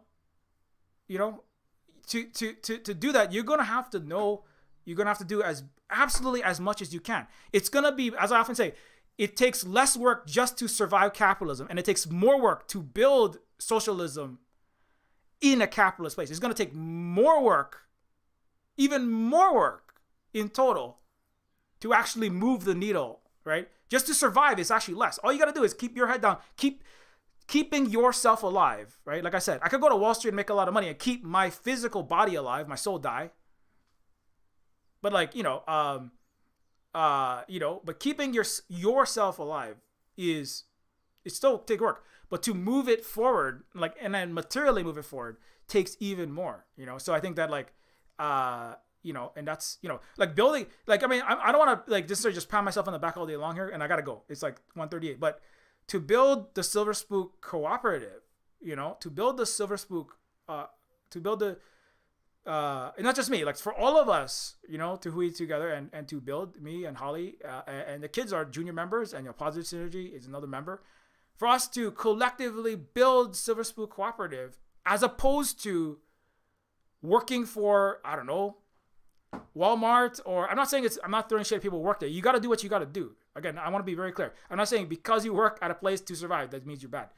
But to have a non-capitalist, cooperative, successful business, because a lot of people have like cooperatives that they work at for fun. That's different from having Huawei. Fully functioning, operational, living socialist, 98% worker ownership with no bosses and no landlords. There's very important.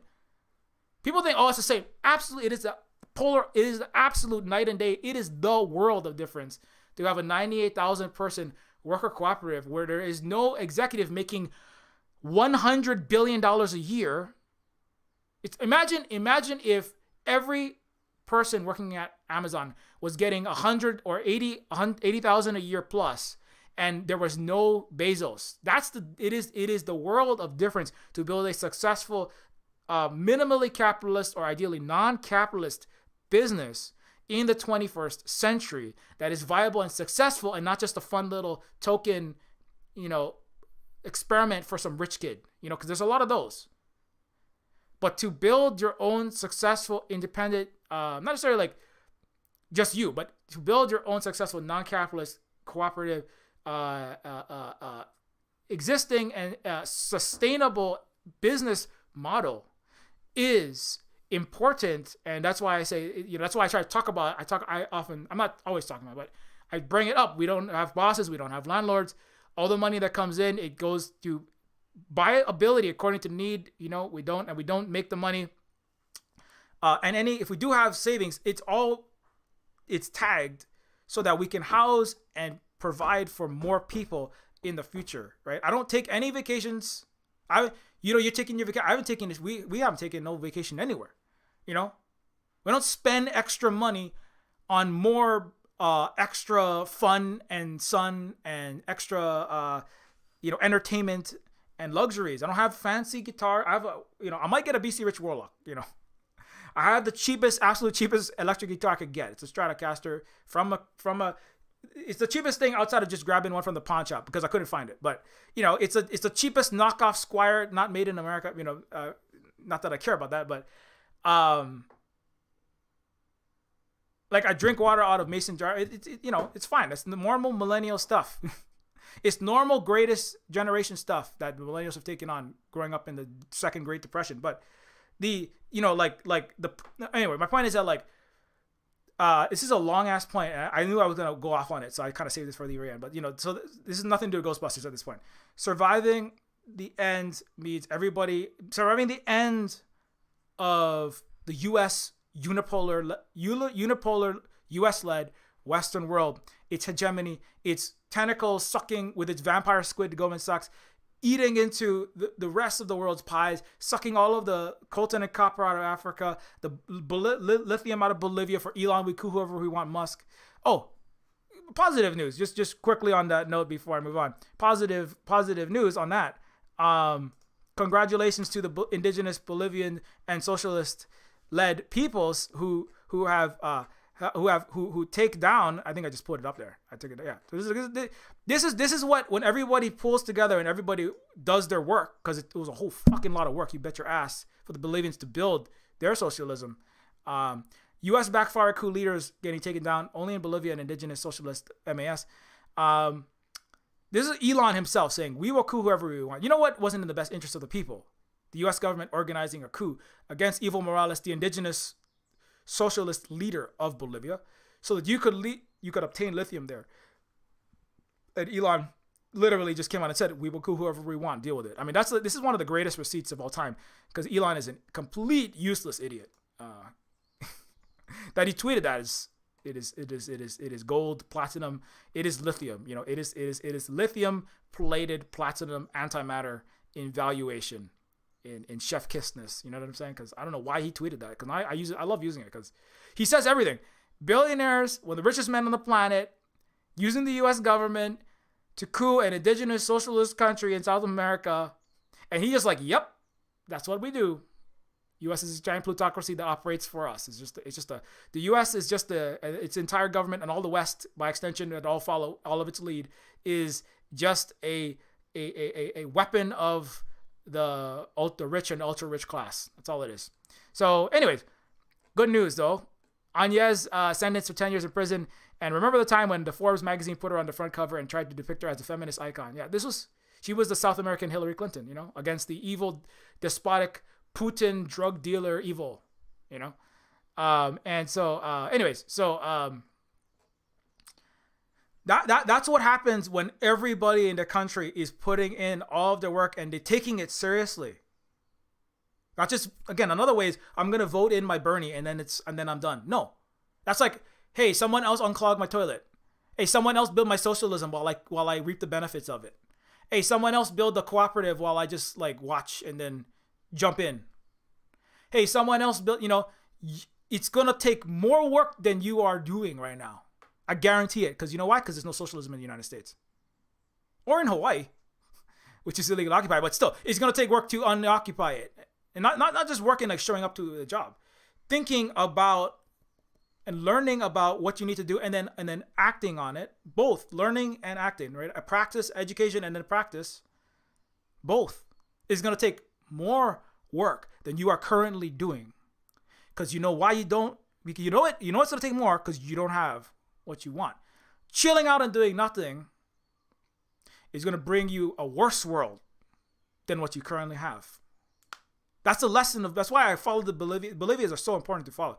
Everyone absolutely should keep Kawasu News New Malta, because they are the most successful example of American socialism, which is not coincidentally under indigenous leadership. Not that everybody's indigenous, but indigenous people that are undoing their colonial reality, which is inseparable Siamese twin to capitalism, are involved directly in the leadership of that party. I think it's very important that people follow this thing, and they work their fucking asses off. And everybody knows that they have to. Nobody. If you go to Bolivia and say, "Hey, I'm just gonna chill out and watch Netflix and play video games until Bolivia gets the coup done," they're gonna kick your ass. And be like, no. If you go to Vietnam and you go, "Hey, I'm gonna watch Vietnamese soap operas and I'm gonna like party all day long until Vietnam communism," no. You go to Cuba and you go, Cuba, people, they have amazing social programs and safety nets. They are, right? You should know what Cuba is. A great example of successful universal healthcare. They're making their own vaccines, universal vaccines. China is impressive. They're like, we have to work with Cuba because they are advancing beyond everyone else. And if you went to Cuba and you say, you know what I'm going to do is I'm going to chill out, do nothing, and then wait until socialism happens, they're going to be like, no. Because if we all did that, number one, if we all did that, we would all be couped and we'd be gone and we'd be part of America. We'd be the Southern Florida now. Number two, that's not your duty as a member of this community. That's you just being a little capitalist. You're being a small time capitalist in the back room.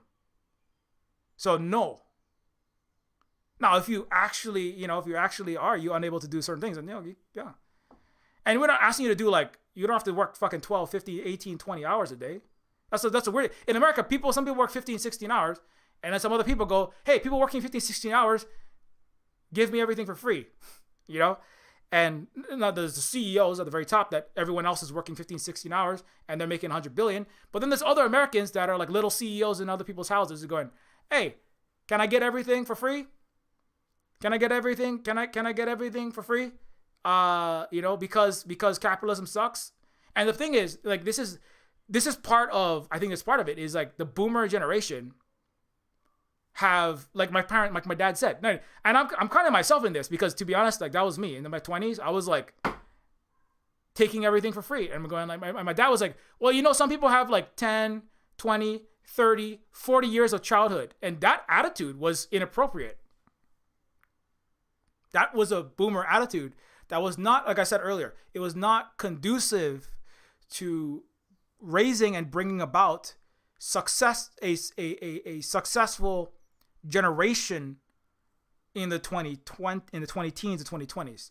I shouldn't have expected to have a nice house and 2 kids and a nice car and a nice Alienware computer drop into my lap. The reality is that was a ridiculous expectation. I mean, not that I shouldn't expect a good life, but expecting to. But the thing is, a lot of the boomers, it wasn't much harder. They would had it. But and so the boomers well, you should just have the high life that I have, and until you don't have it, I'm just gonna, enable you. Now some of the boomers were some of them were the conservatives were more get your ass out there and you do all the work, and I'm gonna treat you like my personal slave. Or my personal worker, but for a lot of the liberal households, it was a different reality. And I'm speaking from my experience, So that was something. If I hadn't altered my own mindset in the ends of the American dream era, if I hadn't altered my own mindset and gone I gotta get more serious about my own life, I got to get more serious because I'm going to get married. Part of it was something in my head was triggered when I was I'm going to get married soon. I got to be able to take care of my partner. It's not optional. It's not the same for everybody. Some people are not, they don't get that. But for me, it was this is not optional. I have to get whatever I got to do to make enough money. I got to sell amps. I got to go flip, TVs. I got to do whatever I got to do. I have to do this. This is mandatory. I don't know what it is. Maybe it's some deep Hawaiian loss. I don't know what it is.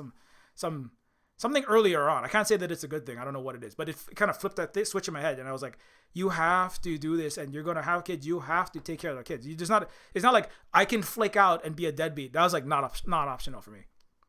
I said like anyway. So you know what does it take for people to like not be deadbeats and flake out and not take their children's? You know, I mean, I don't know. Like I have other family members who have. I know lots of people who have like, you know, they've let their partner down. They've let their, you know, not just, you know, it takes two to tango, but you know, they've let they have kids, and then they you know, that was my job, was to help kids who partially the society, but also parents had failed children, you know, and it happens to, you know, even in more well-to-do people. So, but I was like, I cannot be that person, you know, and part of it I think is like, you know, I knew my parents were like really more solid than a lot of other parents, you know, so I was like, I have to be at least as good of parents as my parents, you know, as part of it too. So,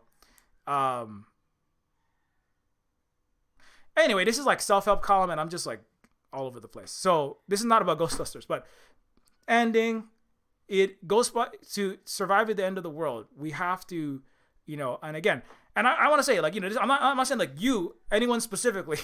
I'm not talking about anybody specifically. I'm like, this is my personal experiences, and you know, like this is just what I know, and this is what I understand has to be done in my own life to survive 08 and 09. And what is happening now, and the reason why I'm bringing this up now, in part, is because I chose Ghostbusters, but the financial and economic and all that other stuff is because what is happening now is very much like what happened in 08 and 09. And I'm trying to be like the Egon, like I'm trying to be like, I had to just kind of find some random Richard Wolff, or it wasn't Richard Wolff actually. It was like, you know, some random.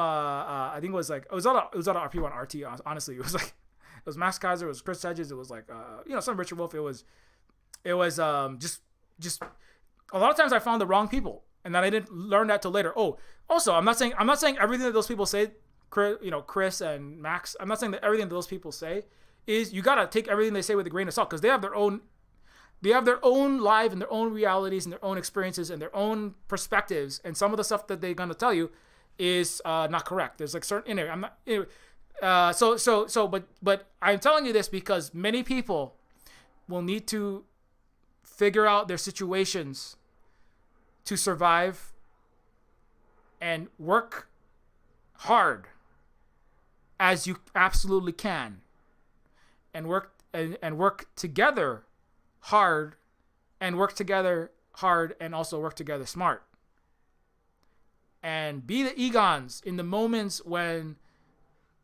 everyone is saying it's fine and you know it's not. You know, rationally and based on empirical scientific data, like a Hawaiian, right? That's why we had the most advanced technological civilizations, because we went by the data. You know, we went by. That's how we got electricity. That's how we got electric 30,000 leagues. That's how we had the, you know, most advanced. So, you know, I think I'm like, everyone in Hawaii was Egon. You know, everyone in most people in East Asia, they're all Egon now. They're like operating, right, at the best that they can, using the best information that they can, and synergistically helping everyone else with that. So you have to learn. I ideally would have learned before, but I mean, I might do more of those types of streams, because I've got entire mountains of shit content to talk about that stuff, but it's not the most interesting stuff, but the financial economic stuff. But it is going to be important, because I want people to make sure that and not just survive you yourself, like I'm a portfolio manager. This is not about, but you have to know that kind of stuff. Like there are high frequency speculation monitors and analysts in China who have to make sure. That's why they brought Michael Hudson to China, so he could tell them, as an ex Wall Street trader, come university professor, who was like, fuck America, and he went out. Not fuck America. He said, Americans are not listening to me. So he went to China. The Chinese said, okay, well, you tell us what exactly Wall Street and the U.S. plutocracy is doing, so that we can prepare for it and fight it. You know, so you have to think like, I need to understand certain. You have to be like a whiz at all this stuff, but just like, you know, just try to learn enough to economically and financially prepare for the end. Not the end, but the serious turmoil. You know, Certainly the end for major mega bubbles that have been reinflated post 0809 and never dealt with, and with tens of anyway. So we have to prepare for that kind of stuff and then work to make sure we are positioned right to build the future. And if we don't do the work and just like if I just get mad enough, and I yell at I don't know, if I just get mad enough at capitalism and I just like wish really hard, socialism and communism is gonna come about. It's like it's not how this works. It's consistency. It's showing up. It's hard work. Sometimes it's boring. Cleaning toilets is boring. If you can't unclog toilets and you ask all your roommates or the other certain roommates to do it, and they're like you're overburdening those people, and then because on top of that you got to go do the organizing too. The organizing stuff that's its own part of the work is like organizing, educating, all that stuff. Again, that's on top of surviving capitalism. That extra work, you got to do extra work. That is all part of the work. If you don't get this understanding, right, then you're going to be shooting in the dark. So that you understand where I say the attitude that I'm gonna this, it's not to say like these people have to be doing X amount of hours per day to be good. That's not what it's about. It's about the attitude of I deserve to have all of my material needs met right now on the back of my neighbors, relatives, family, friends, and comrades' expense and their labor. That's the attitude. The attitude of that is what is like not conducive, and it's about. So so on top of the education, it's like changing that and just being like, hey, what is everything within my power that I absolutely can do to maximize this? To give us the best chance at surviving. So back to I'll finish with Egon. So when Egon's like, hey, this is what we got to do. Kid, we got to get this device. We got to build this series of traps. That's a lot of labor. Egon had to go out, take out 2 miles of copper wire and selenium from a mine, build like 1,000 ghost traps in this broken down Oklahoma outskirt town, being made fun of the entire time. See, Egon is like the ultimate care worker. He's doing the ultimate care work for the entire human planet, whose souls are going to be eaten by a Sumerian god. And Egon is like, everybody is shitting on him. Everyone is like, you're just a nutter. You're just a weirdo.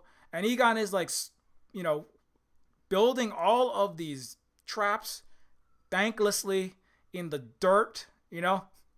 He's dirt farming his trap. But if he doesn't make 1,000 traps, takes him hours and hours and hours and hours and hours and hours. And I don't know how long it would have taken me to do all those traps. He's alone. He's alone in this.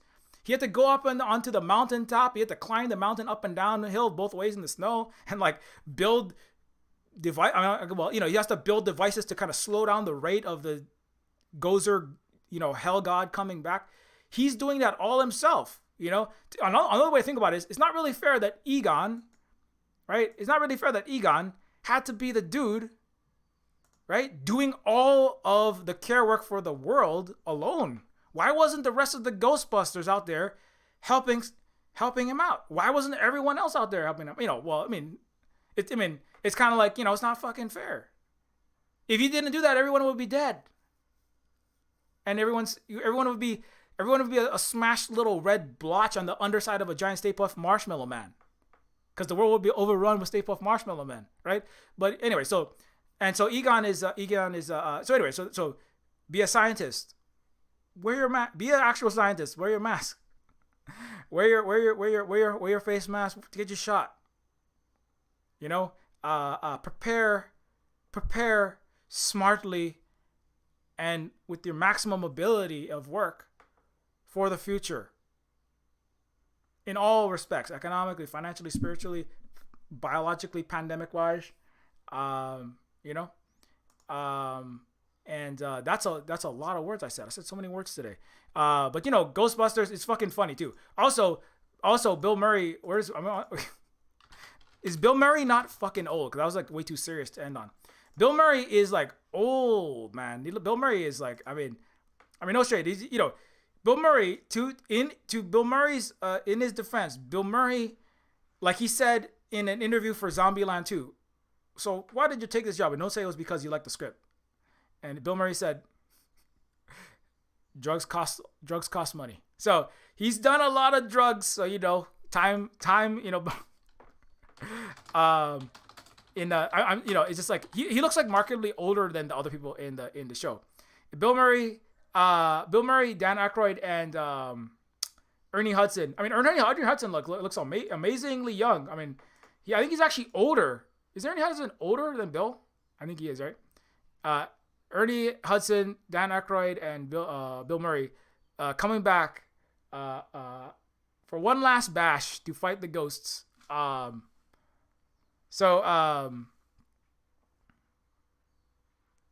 but I mean, also in Bill's defense, Bill's been doing the most. I think he's been doing the most acting. He's been like in doing a lot of more showbiz, I would say, or most visible showbiz than the other two. So he's really, Bill Murray has been he's been working his butt off, man. This guy is working all the time. That guy is one guy who's working all the time.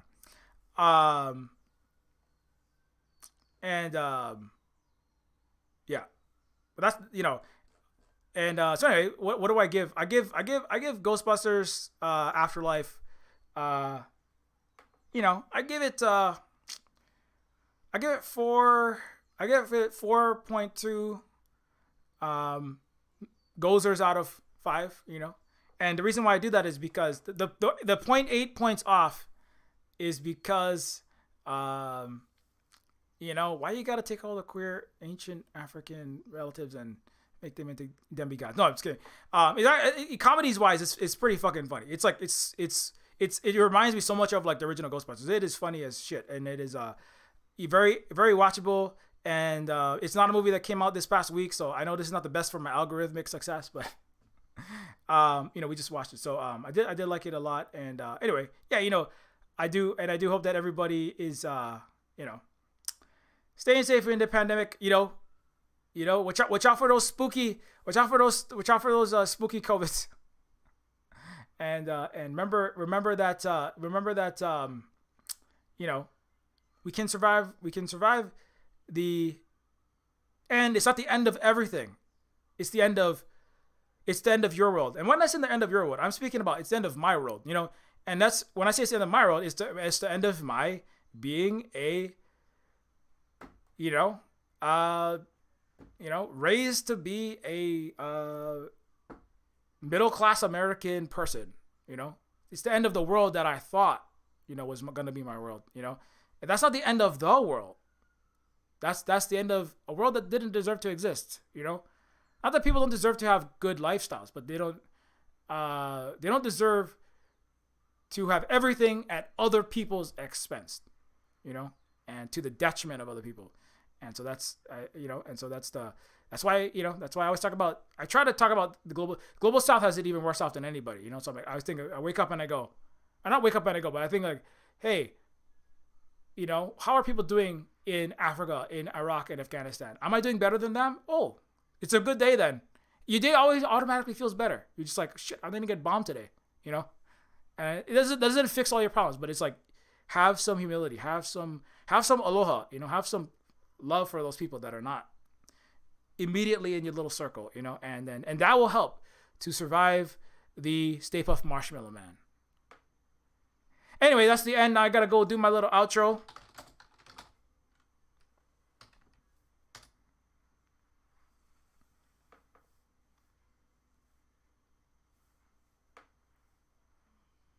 So don't forget, Neofeud is on Steam and Unistad.io, and it is a game that you can find on, it's on Steam, it's on itch, and you can get it for you can get it on Windows on Steam. Don't forget, you can also check out oh, sorry, it's so loud.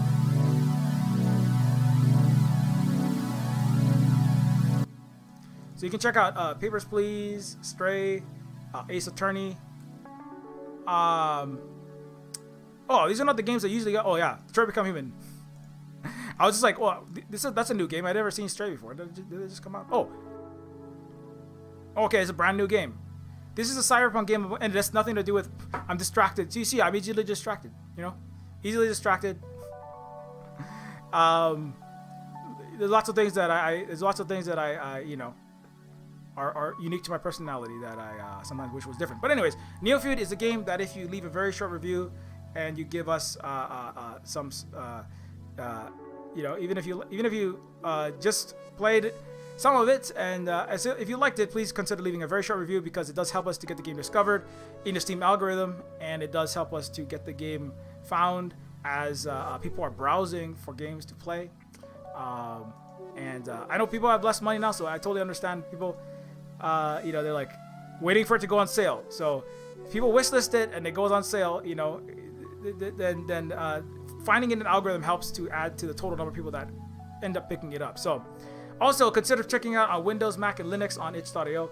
Here on itch, you can get it for Windows, Mac, and Linux. It is on sale there, and it is also a game that is, you know, you can also get the maximum revenue to us when we are, you know, relative to Steam. So if you want to buy it where it gives the most revenue, then you can buy it on itch.io. Also, you can support us at patreon.com/neofeud. Oh, look, I think we got a new Patreon patron, so that's really good. I know it's like, it's, you know, it's hard times, you know, everybody's feeling it, I know, but so we are, even in this time, even more grateful to all of our Patreons who continue to give us $505 per month. And we just got a new one. I think let me just check that name and make sure I add it to the list. Consider, how much are the streams worth to you? Do you want to keep having the streams happen? Is it worth $1, $5, $3, whatever you can afford per month, to help us keep doing this education? Oh yeah, Michael. Yeah, so we got a new one. Thank you so much to Michael McCubbin. Thanks to all these people here, and I'm gonna make sure. Oh, I know I've already added that name, so yeah, I know we just kind of recently got that one. So thanks a lot to Michael McCubbin and everybody else, because without your support, we don't have any more Silver Spook streams, and there's might not be any more Silver Spook games because I have to be doing something else. I'll be working at a Starbucks or somewhere else to feed and house and clothe people as best as I can. So it really does help. So thank you so much to the Patreon patrons. And also remember that Discord, you can join the Discord. You get an invite to the Discord when you become a Patreon patron. You also get access to the Silver Spook updates and other inside news related to Silver Spook games and the Silver Spook Cooperative when you become a subscriber, and lots of other perks at the higher levels. But yeah, so it is greatly appreciated, because I know it's now is a very hard time, and thank you so much.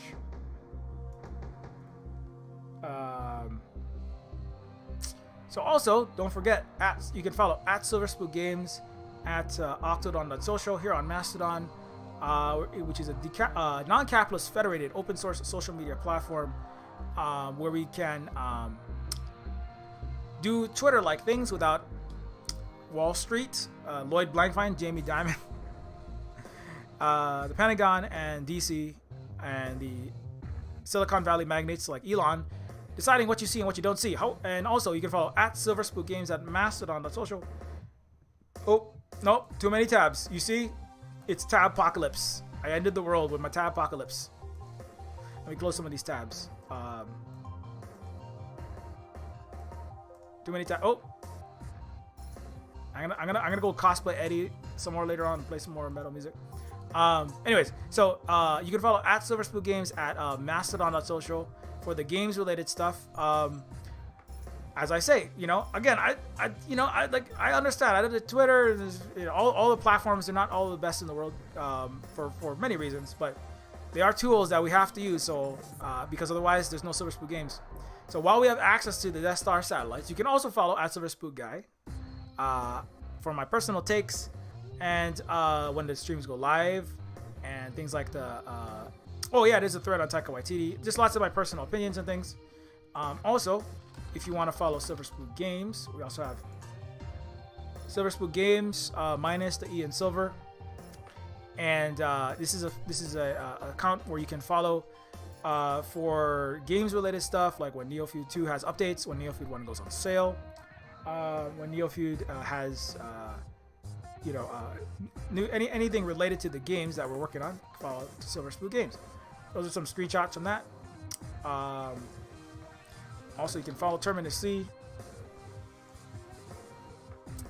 Terminus C is Terminus Cyberstar, a low-poly cyberpunk immersive sim. So it's again, this is a cyberpunk RPG game. I am the content director and lead writer on. I've recently been informed that number one, the game is very near completion. Art optimization and content testing phase is currently a go, and the game will have 800 plus rooms inside of one building, if I'm not mistaken, which is pretty amazing. I can barely believe how massive this city is, and it is a game that I am the content director and lead writer on. So if you like what I say on these streams and this sort of thing, one of the main missions is called Universal Death Care, where you try to survive private capitalist American healthcare. So it's a definitely not an apolitical game, in the way that the content that I produce is. And so consider following the game. It is on at Terminus C, and you can join the Discord if you want to do that. Quick shout out, I want to say I'm going to be playing soon Achimo Games' game. I want to say this before I get to the last little bit. Achimo Games is producing Hill Agency, which you probably know about if you follow me. It's an indigenous-made cyber noir detective game. I will be playing this game live stream next week sometime, so keep an eye out for that. I'm very much stoked and hyped to be playing this game of my friend Megan Byrne, who has been working on this game for years, and it is coming out. They have a release date, which is in beginning of August, so that's pretty cool as well. So yeah, Hill Agency. Anyways, you can also follow, of course, _underscore 1983, who is our brother and member of the Silver Spook Cooperative, and Hui, also known as Positive Synergy, doing a very important work, including working to recapture language. I know that takes time to learn the language of Native Hawaiian. Save Koloa, shut down Red Hill, pushing for these actions, protect Mauna Kea, return Ka'avalua to the name Captain Cook, from the colonizer's name, Captain Cook County. I'll do land back and other important initiatives to be engaged within. And also, Positive Synergy also works on music, including this really great album, Positive Synergy's first album, Perfecting Perfection, that deals with these topics like land back, like being a good comrade, Ode to Revolution, and other songs and music from a personal perspective. So please support Positive Synergy. Pick up the album if you have not yet, and of course, always keep spreading the Positive Synergy around. And there's more music coming from Positive Synergy as well. So we want to keep that coming. So please support Positive Synergy in the work. And technically, that also supports the Silver Spook Hui, because it's all coming back in to support people and actions, etc. here. So also you can follow, Holly, Holly at the Tech Fairy. Holly is mod VA and partner here, and Holly is also mod, voice actor, and Silver Spook partner in children having, as well as in marriage, as well also as in the operation of the cooperative. And Holly's also the producer and writer for Zynattack. Zynattack is the new name, the new social media handle for K-Nix, Goblin Mother, Musical Media, and Miscellaneous Mischief for Misfits and Monsters, ACAB. And so that's a show that's coming this week, very soon as well. The first episode of the new season will be coming out this Thursday, if I'm not mistaken. Tuesday, I'm sorry. This coming Tuesday. And I don't know why I thought it was Thursday. Yeah, so this Tuesday will be the first episode, so look out for that. And Holly's also the mod at Magic Storytime, and Holly's also writer and primary caregiver to Keiki here at the Silver Spook Cooperative as well. So yeah, tweeting the important things like Hawaii's closed, so also that. And let's see here. So I'm sorry, I had the Patreon thing up the whole time. Oops. So that's I'm sorry, I forgot to take it down. Yeah, so that's Holly. Positive Synergy. I forgot to close that. Oops. Positive Synergy's _underscore 1983. Check out the album. And I'm not gonna redo all that. Most people follow. You probably already know most of this, but thanks thanks everybody for watching, and also don't forget that we'll be back later on today for in the evening for the Silver Spook panel. I'm sorry, Silver Spook just chilling out, hanging out, Twitch stream. Probably playing some games, music, and looking at some other work I'm currently doing. Actually, I probably will have some new stuff from the new Neofeud 2 and related work, let's just say. So, until next time, keep a mirror shades polished, be excellent to each other. You know, get your, bust them ghosts. Don't be afraid of no ghosts. You know, be the Egon, not the people laughing at Egon.